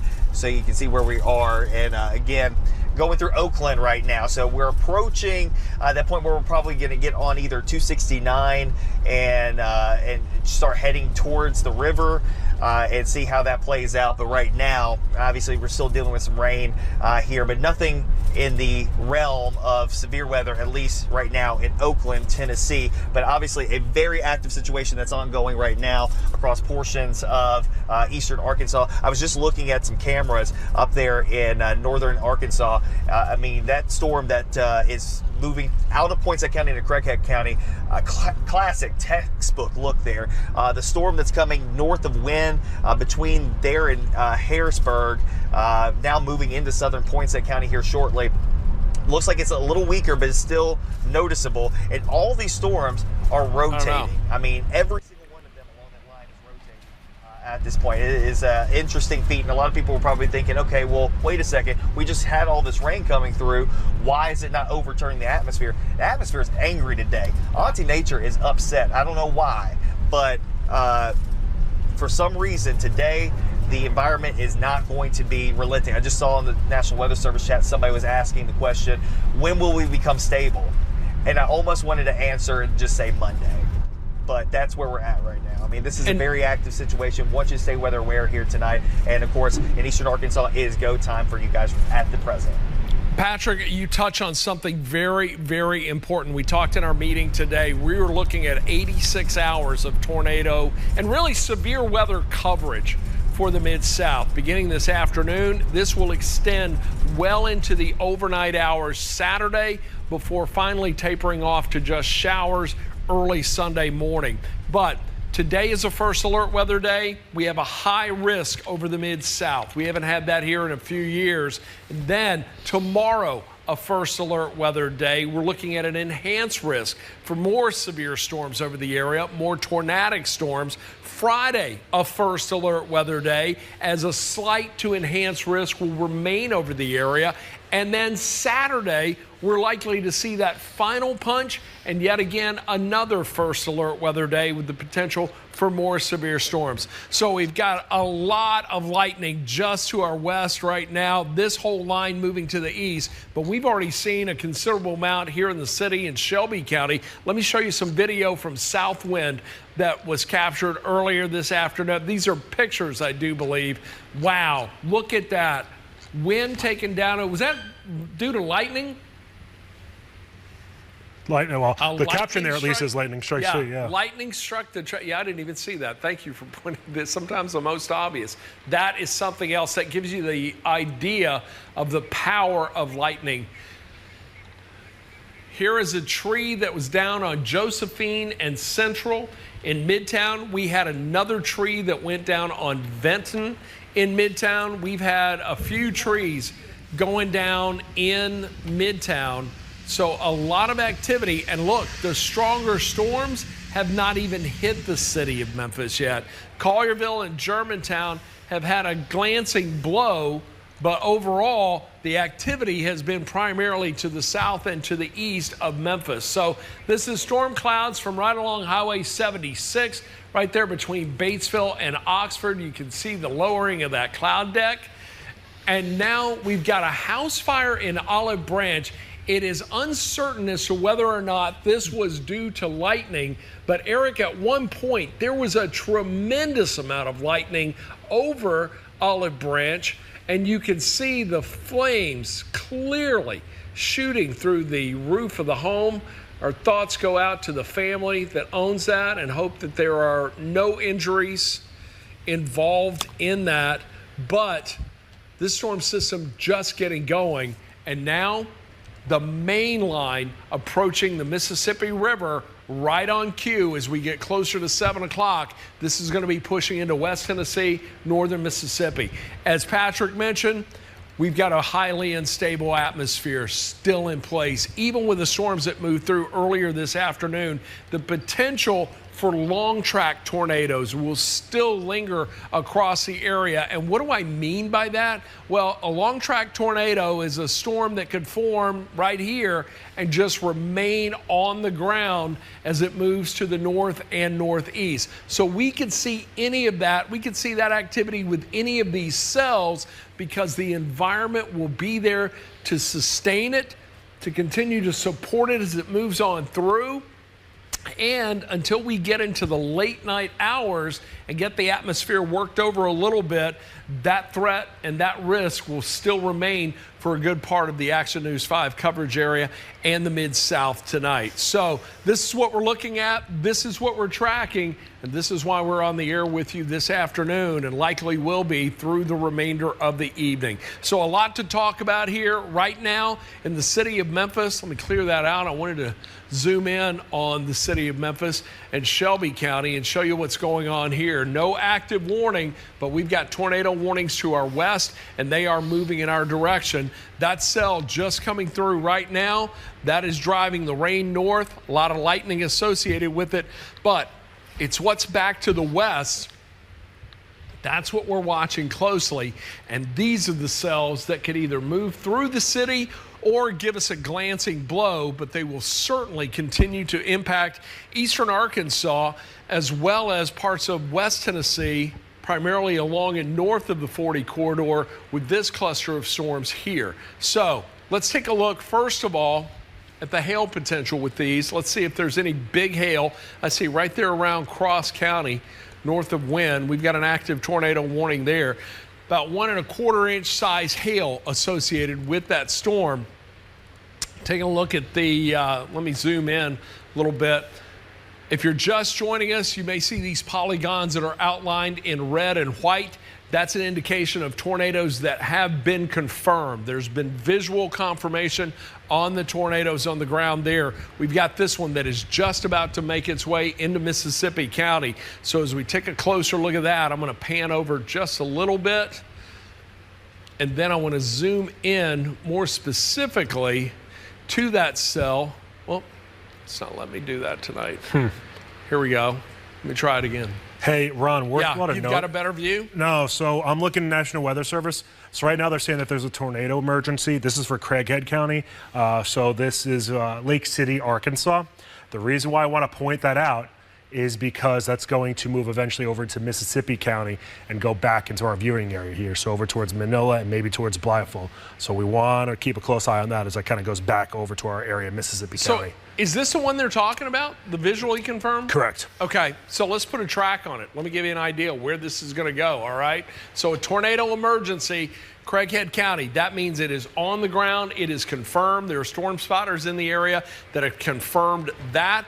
Right now, you can almost see the well-defined rotation within it right there. Oh, that's a heck of a signature. Yeah. That is one heck of a signature with that. Let's put a track on it because that is a potent tornado. Confirmed tornado on the ground, moving off to the east. If you're in Lake City, get in your storm shelter right now. Don't waste time. Leachville, get in there now. Monette, 656. Leachville, 705. Get in your storm shelter. If you are in any community located right here within this, I want you to get immediately into your storm shelter and let these cells pass by. Leachville, 705, Big Lake, 711, Clay, 726, should move into Blytheville at about 731. So you've got a little time to get your necessary things together. Make sure you've got your ID. You want to make sure everybody has their shoes on. Take bicycle helmets, anything to protect your head should there be any falling debris. Have batteries, flashlights. Also, make sure you've got a weather radio and the First Alert weather app so you can continue to monitor our coverage. And should any additional warnings be issued, you've got multiple ways to get those warnings to you. That's going to move into Kennett at about 7:38, should move into Steele at 7:44. We've got another confirmed tornado just to the south of that. Let me pan up just a little bit. This is just to the south of Harrisburg, and you can even see it, the rotation there just within the storm structure. But let's see where the location of rotation may be. Looks like it's probably going to be in this area right here. I got to tell you though, Eric, I've not seen a tornado signature like that in a very long time. Yeah, that is a dangerous storm that is near Jonesboro, Arkansas right now. So if you are anywhere near this, you want to stay away. You want to make sure you are in a safe, secure location as that storm's moving on through. But let's put a track on this one from the area of rotation. I'll take it on through. Let's go ahead and include Osceola in this. Looks like it'll make its way into Truman at about 7:02, Elm Grove 7:07, Lepanto 7:11, then Lake City 7:17. We'll see it then move into Monette at about 7:28, should get into Big Lake at 7:37.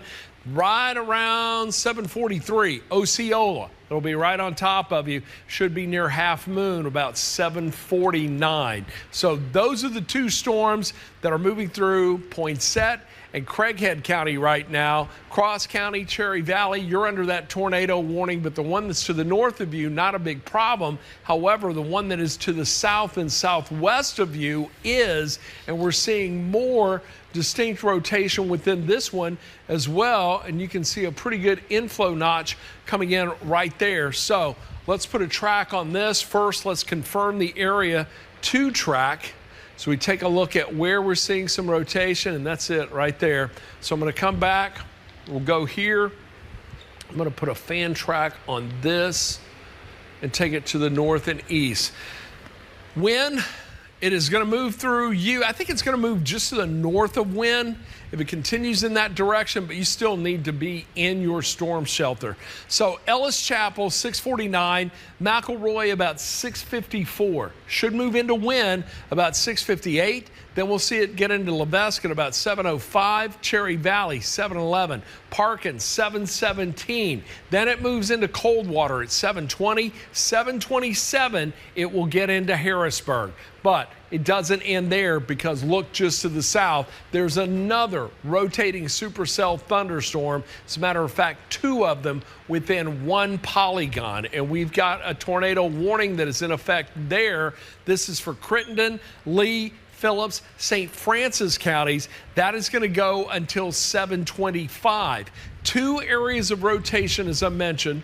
Let's take a look here, because we've got this one that is just to the west of Forest City. And I'll tell you right now, Forest City, get in your storm shelter. Just go right now. Don't wait. There's the rotation. It's just a couple of miles from you. It's moving to the north and northeast. But we've got another area of rotation that is just to the south. And you can see that there. It is just to the west of the northwest corner of Phillips County. I'm going to track this one first, and then we'll come into the next one. All right, so here we go. That rotation, it's right there. Let's track that off to the east. Palestine, 651, should move through Forest City, 701. Madison, 706, 710 into Widener, 717 into Wynn. Then it moves into Blackfish at 720, Heath at 720, or Heth at 727, and then it will move into Parkin at 731. And guys, by the way, William Frog, our local storm chaser here and a friend of ours for many years, he is near Parkin, Arkansas. I know he's got his YouTube feed up. We have his permission to use it, so when you guys have it, let me know, because I want to see what he's seeing right now. Then, and that was a message for the folks in the booth. Now, let's go to the south and southwest. Let's track this cell, because that too showing some signs, a distinct rotation right there. Yep. So let's track this from that area of rotation. Let me make sure I'm in the right place, first of all. I'm going to hit the scope here, so bear with me for 1 second. There we go. Okay, I'm coming to Patrick in just a second. And then here we go. Let's track it on through the polygon. So Morrow, 702, 716 into Mariana, 721 into Haines, 725. It will move into Bon Air. Right around 730, gets into Forest City. So Forest City, you could be dealing with this one, and then the other one comes up from behind it. So this one's coming in from the west, this one's coming in from the southwest. It will then move on into Caldwell at about 7:35, should get into Council at 7:41, and Hughes at about 7:46. So those are the storms we're tracking right now. The main focus, again, primarily into eastern Arkansas. Still keeping a close eye on the cell moving through Shelby County, but it is not warned. Patrick Ellis is out in the Comfort Dynamics First Alert Storm Tracker. Patrick, can you tell us where you are and any thoughts on what's going on right now?